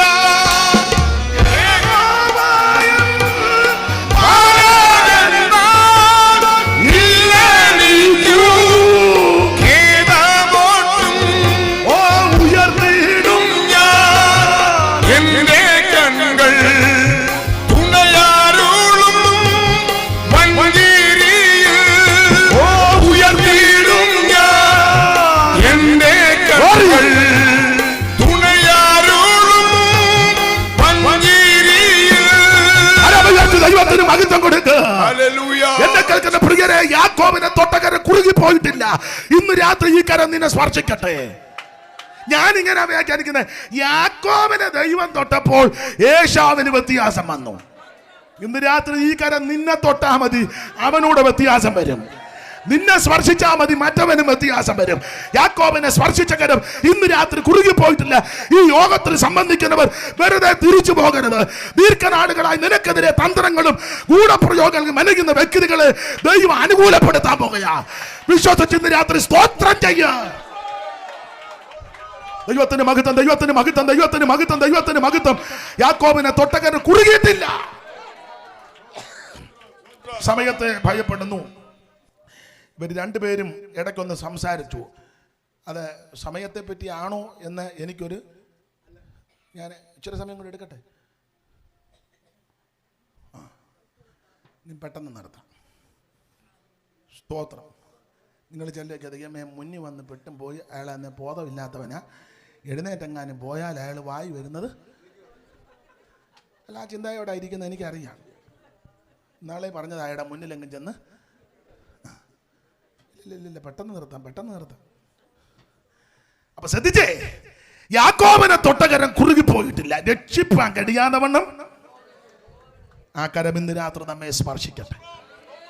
ഇനി വാക്യങ്ങളെല്ലാം എടുത്ത് വായിപ്പിച്ച് സമയം കളയുന്നില്ല. രാജാക്കന്മാരുടെ 1-ാം പുസ്തകം 19 വായിക്കുന്നത്, യഹോവയുടെ ദൂതൻ 2-ാം പ്രാവശ്യം, എന്നാ പറയുന്നത്, നിർത്തണോ? അപ്പൊ ശ്രദ്ധിച്ചേ, യഹോവയുടെ ദൂതൻ 2-ാം പ്രാവശ്യം വന്ന് ഏലിയാവിനെ തട്ടി. വായിച്ചേ, അതൊന്ന് വായിച്ചേ. 19:7 വിട്ടും. രാജാക്കന്മാരുടെ 1-ാം പുസ്തകം 19:7-8. യഹോവയുടെ ദൂതൻ 2-ാം പ്രാവശ്യം വന്ന് തട്ടി. എഴുന്നേറ്റ് തിന്നുക, നിനക്ക് ദൂരെ യാത്ര ചെയ്യുവാൻ ഉണ്ട്. അവൻ എഴുന്നേറ്റ് തിന്നു കുടിച്ചു. ആ ആഹാരത്തിന്റെ ബലം കൊണ്ട് 40 പകലും 40 രാവും നടന്ന് ദൈവത്തിന്റെ പർവ്വതമാകുന്ന ഹോരേബിലെത്തി. നിങ്ങൾ ആ പ്രയോഗം ശ്രദ്ധിച്ചോ? യാക്കോബിനെ ദൂതൻ വന്ന് തൊട്ടു, ഏലിയാവിനെ ദൂതൻ വന്ന് തട്ടി. ഒരുത്തനെ തൊട്ടു, ഒരുത്തനെ ഈ തൊട്ടിട്ട് ബലപ്പെട്ടില്ല തമ്പുരാൻ നല്ല, തൊടുമ്പളെ ബലപ്പെടുന്നതാണ് നല്ലത്. പണ്ടൊരാൾ പറഞ്ഞ അടിയും കൊണ്ട് പുളിയും കുടിച്ച് പിഴയും കൊടുത്ത്. എന്തിനാ? എന്തായാലും സകല നാവും യേശു കർത്താവ് എന്നേറ്റ് പറയും. ഇന്ന് നീ പറഞ്ഞില്ലേ, വെള്ളസിംഹാസനത്തിന് മുന്നിൽ ജോർജ് കുട്ടി നിന്നെ കൊണ്ടുവന്ന് നിർത്താം. നീ തുള്ളിക്കൊണ്ട് പറ, യേശുവേ നീ തന്നെ രക്ഷകൻ. അത് പറഞ്ഞേച്ചാൽ ശക്തിയുള്ളത് തോന്നുമ്പോൾ ജോർജ് കുട്ടിയെ പിടിച്ച് ദീപയ്ക്ക് തള്ളിയിടും. അതുകൊണ്ട് ഇന്ന് രാത്രി ജോർജ് കുട്ടി സമർപ്പിച്ച് യേശുവിനായി ജീവിക്കുന്നതാണ് നല്ലത്. എന്തായാലും സൂക്ഷം പറഞ്ഞേ വരും. അപ്പൊ അതുകൊണ്ട് തൊടുമ്പളെ അങ്ങ് ബലപ്പെട്ടോണം. യാക്കോബിനെ തൊട്ടു, ഏലിയാവിനെ തട്ടി. പുള്ളിയെ തട്ടിയെങ്കിലേ ഒക്കുള്ളൂ. കാരണം ഒരു തള്ള ഏതാണ്ട് പറഞ്ഞെന്നും പറഞ്ഞ് തള്ളയുടെ പ്രവാചകന്മാരെയെല്ലാം പുള്ളി അന്നേരത്തെ മൂച്ചിന് കയറി തകർന്നു. അമ്മാമ നല്ല ശക്തിയോട് ഇങ്ങോട്ട് വന്ന് പറഞ്ഞ അവരിൽ ഒരുത്തനെ പോലെ തട്ടു. അതിന് വേദപഠിതാക്കൾ പറഞ്ഞിരിക്കുന്നത് ഈ വാചകം കേട്ട് പേടിച്ചെന്നല്ല, എലിയാവ് ഭയപ്പെട്ടു. അതിനെപ്പറ്റി വേദപഠിതാക്കൾ ചിലർ പറയുന്നത്, ഈ ഇസബേല്, ആഹാബിന്റെ ഭാര്യ ഇസബേല് സീദോന്യ രാജാവാക്കുന്ന ഇഖ്ബാലിന്റെ പുത്രിയാണ്. ഇവളെ പറ്റി ഒരു പ്രയോഗം, ഇവൾ ആഭിചാരം ചെയ്യുന്നവരാണ്. ക്ഷുദ്രക്കാരി അമ്മാമ്മയാണ്. നാടൻ ഭാഷ പറഞ്ഞ അമ്മാമ്മ കൂടോത്രക്കാരി അമ്മാമ്മയാണ്. അപ്പോൾ അതുകൊണ്ടാണല്ലോ ഏകു ഇസ്രായേലി വന്നപ്പോൾ യോരാൻ ചോദിച്ചു, ഏകുവേ നിനക്ക് സമാധാനമോ? അപ്പൊ ഏകു പറഞ്ഞ പദമുണ്ട്, എനിക്കോ?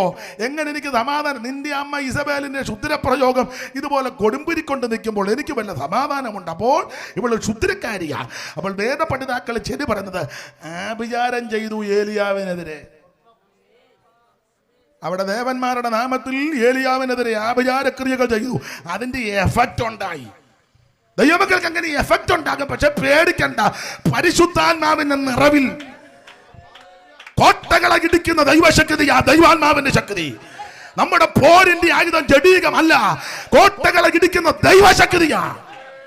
ഞാൻ ദൈവമക്കളോട് എപ്പോഴും പറയും, ഏത് ആഭിചാരവും മന്ത്രവാദവും ക്ഷുദ്രപ്രയോഗവും എന്ത് ബന്ധനമുള്ള വീട്ടിലാണെങ്കിലും പരിശുദ്ധാത്മ നിറവിനെ പ്രാപിച്ച ദൈവമക്കൾ മുഴങ്കാലമടക്കി എന്റെ ഭാഷക തമ്പേറ് മക്കളെന്ന് അടിച്ച് അവൻ ആത്മാവി നിറഞ്ഞ് പാട്ട് പാടിയ സകല കെട്ടും പൊട്ടും.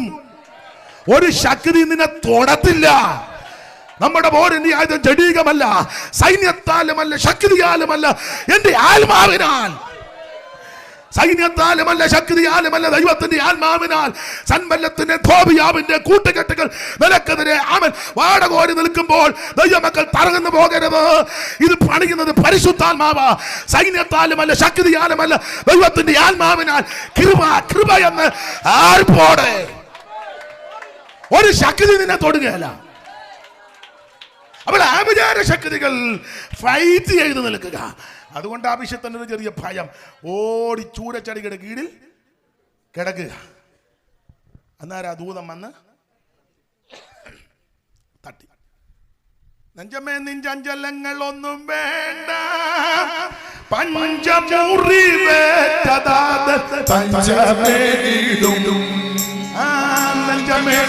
ചഞ്ചലങ്ങളൊന്നും വേണ്ട, പഞ്ചമുറി വേദദാതൻ പഞ്ചമേരിടും.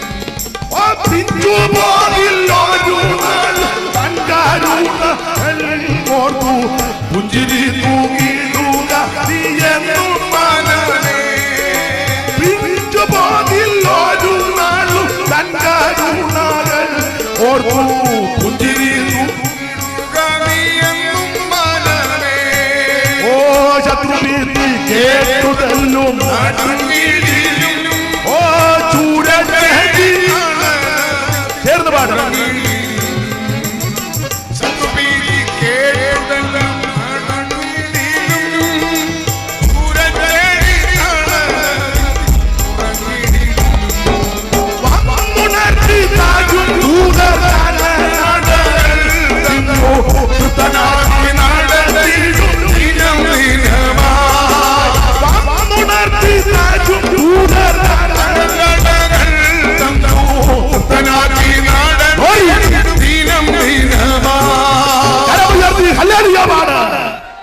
ദൂതൻ വന്ന് തട്ടി എഴുന്നേറ്റ് ബലപ്പെടാൻ പറഞ്ഞു. നീ ഇതെല്ലാം കൂടെ കണ്ട് പേടിക്കൊന്നും വേണ്ട. എടാ, ഒരു തള്ള അവിടെ ഇരുന്ന് ആവശ്യമില്ലാത്ത എല്ലാം കൂടെ വിളിച്ചു പറഞ്ഞെന്നോർത്ത് എടാ അവിടെ ഇവിടെ ഇരുന്ന് ഓരോ അന്തയും തള്ളേ ഓരോരുത്തരും പറഞ്ഞോത്ത്. നീ എന്തിനാ പേടിക്കുന്നേ? നിന്നെ വിളിച്ച ദൈവമല്ലേ? നിന്റെ മേലൊരു അഭിഷേകമില്ലേ? നിന്റെ മേലൊരു ദൈവകൃപയില്ലേ? കർത്താവല്ലേ നിന്നെ വിളിച്ചത്? അവിടെ ഇരുന്നൊരു തള്ള ഏതാണ്ട് പറഞ്ഞു. അപ്പുറം അവിടെ ഇരുന്നപ്പം വേറൊരു തന്ത ഏതാണ്ട് പറഞ്ഞു. അവിടെ ഇരുന്നുകൊണ്ട് വേറൊരുത്തൻ ഏതാണ്ട് പറഞ്ഞു. ചുമ്മാ പോടാ എടാ പൊട്ട, അഖിലാണ്ടം കണ്ട ഉടയവനല്ലേ നിന്നെ വിളിച്ചേ? ഈ കാണുന്ന സകലത്തെയും നിയന്ത്രിക്കുന്നവനല്ലേ നിന്റെ രക്ഷിതാവ്? ഉണ്ടാകട്ടെ എന്ന വാക്കിൽ സകലത്തെ ഉരുവാക്കിയവനല്ലയോ നിന്റെ ദൈവം? നമ്മുടെ ദൈവത്തെ പോലെ വലിയ ദൈവം ആരുള്ളൂ? ഈ ദൈവം എന്ന് വന്നേക്ക് നമ്മുടെ ദൈവമാ. അപ്പൊ അവിടെ ഇവിടെ ഏതായാലും മാക്രി എന്തായാലും പറയുന്നതുകൊണ്ട് നീ ഉടനെ കോക്കറി കുത്തേണ്ട കാര്യമൊന്നും. ഞാൻ പണ്ടും പ്രസംഗിച്ചതാ, നിങ്ങൾ ചിലര് കേട്ടിട്ടുണ്ടായിരിക്കും. ആന ഇങ്ങനെ നടന്നു പോകുമ്പോ പന്ന പട്ടി കടന്ന് ഏതേലും ആന ഡോണോ എന്തിനാ കുരച്ചേ? ടൈഗർ എന്തിനാ? എടാ ആനയല്ലേ. പഴയ കണക്കാ. എൻ്റെ അമ്മ പറഞ്ഞു കേട്ടതാ, നടക്ക് 4000 മുടിക്ക് 3000. ആനയ്ക്ക് ഇപ്പോഴത്തെ അല്ല, ചക്രമുള്ള കാലത്തെ കണക്കാ. പഴയ കണക്ക് ചക്രം യോടി. അതിനു മുമ്പേ ഉണ്ടായിരുന്നു കാല്, അരക്കാല്, മുക്കാല്, മാഹാണി, മുണ്ടാണി. അച്ഛാനറിയാം മുണ്ടാണി കണക്ക്, മാഹാണി മുണ്ടാണി കണക്ക്. അന്നത്തെ കാലത്ത് ആനയുടെ കണക്കാ. നടക്ക് 4000 മുടിക്ക് 3000. അങ്ങനെയുള്ള കാലത്ത് ആന പോകുമ്പോൾ പട്ടി കടന്ന് കുറച്ച് ആനയെല്ലാം കൂടെ പട്ടിയുടെ പുറകെ ആനയാ. ഏലിയാവെ ഒരു തള്ള ഏതാണ്ട് പറഞ്ഞെന്ന് ഓർത്ത് നീ അവിടെ കിടന്ന് ഒറ്റ തട്ട് കൊടുത്തു. പുള്ളി ആടി എഴുന്നേറ്റ് ഓടാന്ന് പറഞ്ഞു. ആഹാരം കൊടുത്തു, അപ്പവും അട കൊടുത്തു. സ്തോത്രം. പിന്നെയും പാട്ട് വരുന്നു. CS-ന്റെ പാട്ടാണ്. പട്ടണപാനീയമില്ലാതല്ലഞ്ഞിടുമ്പോൾ ശക്തിമാന്മാരുടെ നല്ല ഭോജനമേകും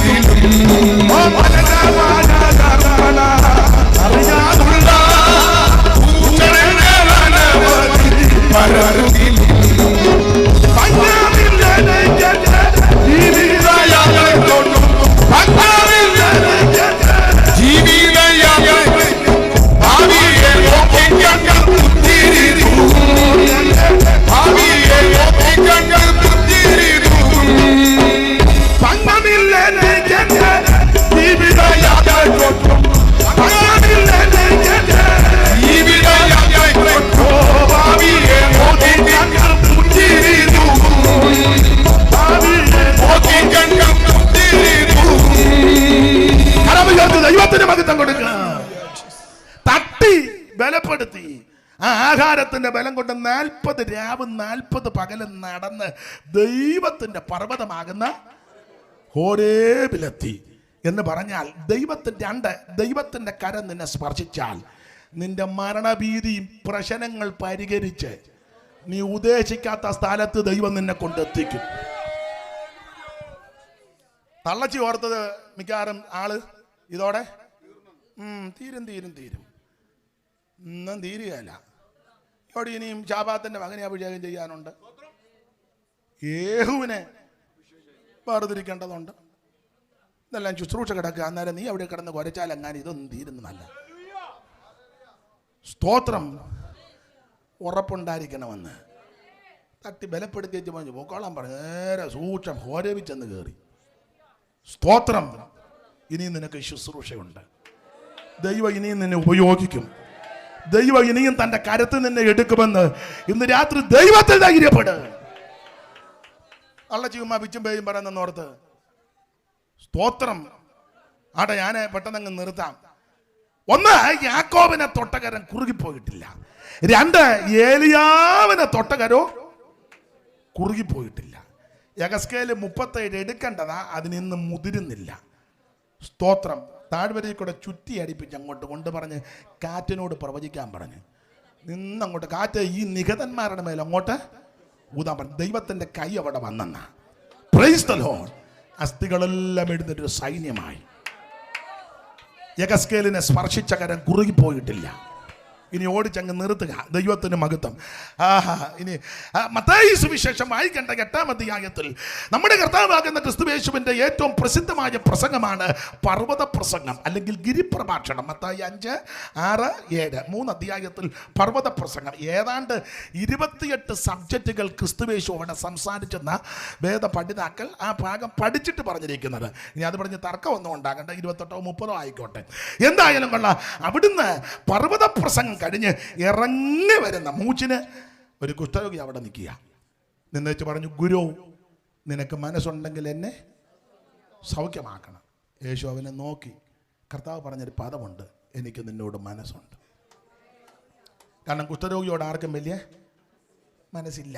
ലേവ്യ പുസ്തകവും പുറപ്പാടുമൊക്കെ പഠിക്കുമ്പോൾ പാളയത്തിന് വെളിയിൽ അശുദ്ധനെന്ന് പൊലമ്പണം, മുഖമെല്ലാം മൂടണം, ആരും അടുത്ത് വരത്തില്ല, ഇവൻ അങ്ങോട്ടും കയറി ചെല്ലാനൊക്കത്തില്ല, ആകെ പരിവക്കേടാ. എല്ലാവരാലും വെറുക്കപ്പെട്ടവനാ, തള്ളപ്പെട്ടവനാ, ഒറ്റപ്പെട്ടവനാ, സകല മനസ്സും ഇവന് എതിരാ. സ്തോത്രം. ആ ഒടുവിൽ അറ്റ കൈക്കാ യേശുവിൻ്റെ അടുക്ക വന്ന് വെച്ച് പറഞ്ഞു, ഗുരു നിനക്ക് മനസ്സുണ്ടെങ്കിൽ എന്നെ ശുദ്ധമാക്കണം. യേശു പറഞ്ഞു, എനിക്ക് നിന്നോട് മനസ്സുണ്ട്. യേശു കൈ നീട്ടി അവനെ തൊട്ടു. ക്ഷണത്തിൽ അവന്റെ കുഷ്ഠം സൗഖ്യമായി. ഈ കരത്തിന്റെ പ്രത്യേകത വിശ്വാസത്തോടെ വരുന്നവന് രോഗശാന്തി കൊടുക്കുന്ന കരമാണ്. ഇന്ന് രാത്രി ഏത് രോഗപീഠകളാകട്ടെ, ബ്രെയിൻ ട്യൂമർ ആകട്ടെ, ക്യാൻസർ ആകട്ടെ, കിഡ്നി സംബന്ധമാകട്ടെ, ഹാർട്ട് സംബന്ധമാകട്ടെ, ഷുഗർ കൂടി അങ്ങേയറ്റം പറ്റി നിൽക്കട്ടെ, എന്ത് രോഗങ്ങളും ആയിക്കോട്ടെ, കാരണം പുസ്തകം പഠിപ്പിക്കുന്നത് യഹോവ നിന്റെ അകൃത്യമൊക്കെ മോചിക്കും, സകല രോഗത്തെ സൗഖ്യമാക്കും. ഞാൻ നിന്നെ സൗഖ്യമാക്കുന്ന യഹോവ. ഇന്ന് രാത്രി അവിടുന്ന് തൃക്കരം തൊട്ട് ആ കുഷ്ഠരോഗിയെ സൗഖ്യമാക്കി. കുഷ്ഠരോഗിയെ തൊട്ടകരം കുറുകിപ്പോയിട്ടില്ല. യാക്കോബിനെ തൊട്ടകരം കുറുകിപ്പോയിട്ടില്ല. ഏലിയാവിനെ സ്പർശിച്ച കരം കുറുകിപ്പോയിട്ടില്ല. കുഷ്ഠരോഗിയെ ശുദ്ധമാക്കിയ കരം കുറുകിപ്പോയില്ല. ഇന്ന് രാത്രി ആ കരത്തിന്റെ ശക്തി ഇവിടെ വ്യാപരിക്കുക. കുഷ്ഠരോഗികൾക്ക് നല്ല സൗഖ്യമേകി ദൃഷ്ടി പോയവർക്ക് പവകാഴ്ചയും നൽകി. കുഷ്ഠരോഗികൾക്കു നല്ല സൗഖ്യമേകി ദൃഷ്ടി പോയവർക്ക് പവകാഴ്ചയും നൽകി. നഷ്ടജീവനായ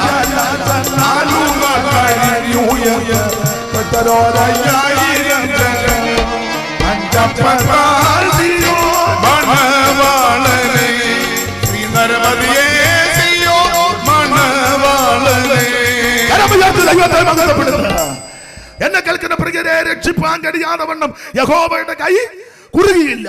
യാക്കോബിനെ സ്പർശിച്ച കരം കുറുകിയില്ല. ഏലിയാവിനെ തൊട്ടകരം കുറുകിയിട്ടില്ല.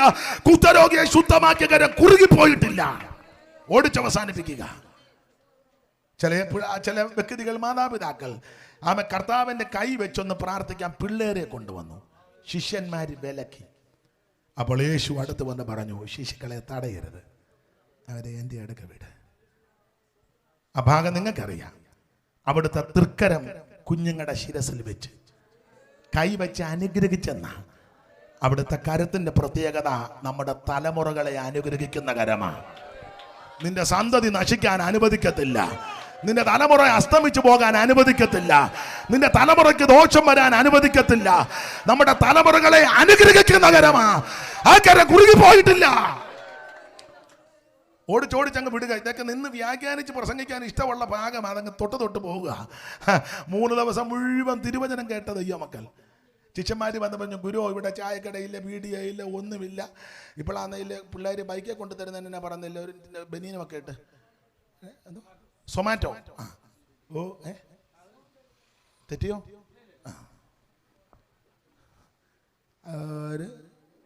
ഒന്നുമില്ല. അന്ന് മൊബൈൽ ഇപ്പം പിന്നെ വീട്ടിൽ നിന്ന് പറഞ്ഞാൽ 3 ചിക്കൻ ഗ്രേവി വേണം.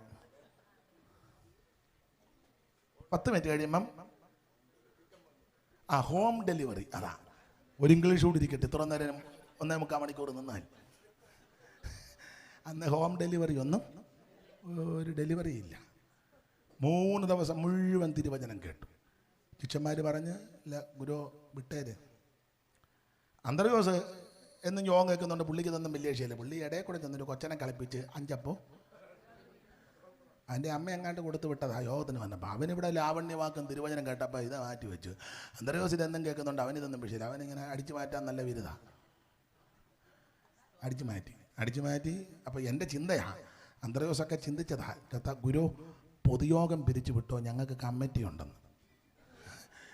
കർത്താവ് സർവജ്ഞാനിയല്ലേ. സമുദ്രത്തിന്റെ അടിത്തട്ട് കൂടെ ഊളിയിട്ട് പോയ മത്സ്യത്തിന്റെ ഉദരത്തിൽ മറഞ്ഞിരുന്ന ചതുർദ്രമ കണ്ടവനാ കർത്താവ്. അവിടുന്ന് മനസ്സിലായി, ഒമാർ 5 അപ്പം 2 മീനും അപ്പറേ പോയിരുന്ന് അടിച്ചു മാറ്റാനാ. കർത്താവ് പറഞ്ഞു, ഇന്ന് കമ്മിറ്റി ഇല്ല, മൊത്തം പൊതുയോഗമാണ്. പന്തിയാട്ടം കൊണ്ടിരുത്താൻ പറഞ്ഞു. എന്നിട്ട് ചോദിച്ചു, നിങ്ങൾ അവർക്ക് ഭക്ഷിക്കാൻ കൊടുക്കും. അയ്യോ ഞങ്ങളുടെ കയ്യിലൊന്നുമില്ല. ഒന്നുമില്ലയോ എന്ന് ചോദിച്ചു. ഉണ്ടെന്ന് പറഞ്ഞു. ഇങ്ങോട്ട് വരാൻ പറഞ്ഞു. 5 അപ്പവും 2 ചെറുമീനും എടുത്ത് അവിടുത്തെ തൃക്കരത്തിലോട്ട് കൊടുത്തു. അവിടുന്ന് അതെടുത്ത് ദൈവത്തെ മഹത്വപ്പെടുത്തി അങ്ങോട്ട് കൊടുത്തു. അയ്യോ വിളമ്പി ഇവന്മാരുടെ ഊപ്പാട് വരിക. കഴിച്ച് ആൾക്കാർ ഇങ്ങനെ വായിക്കും. എല്ലാവരും തിന്ന് അഞ്ചപ്പവും ചെറുമീൻ രണ്ടും എടുത്തു വാഴ്ത്തി. അഞ്ചപ്പവും ചെറുമീൻ രണ്ടും എടുത്തു വാഴ്ത്തി. 5000 സമൃദ്ധിയെ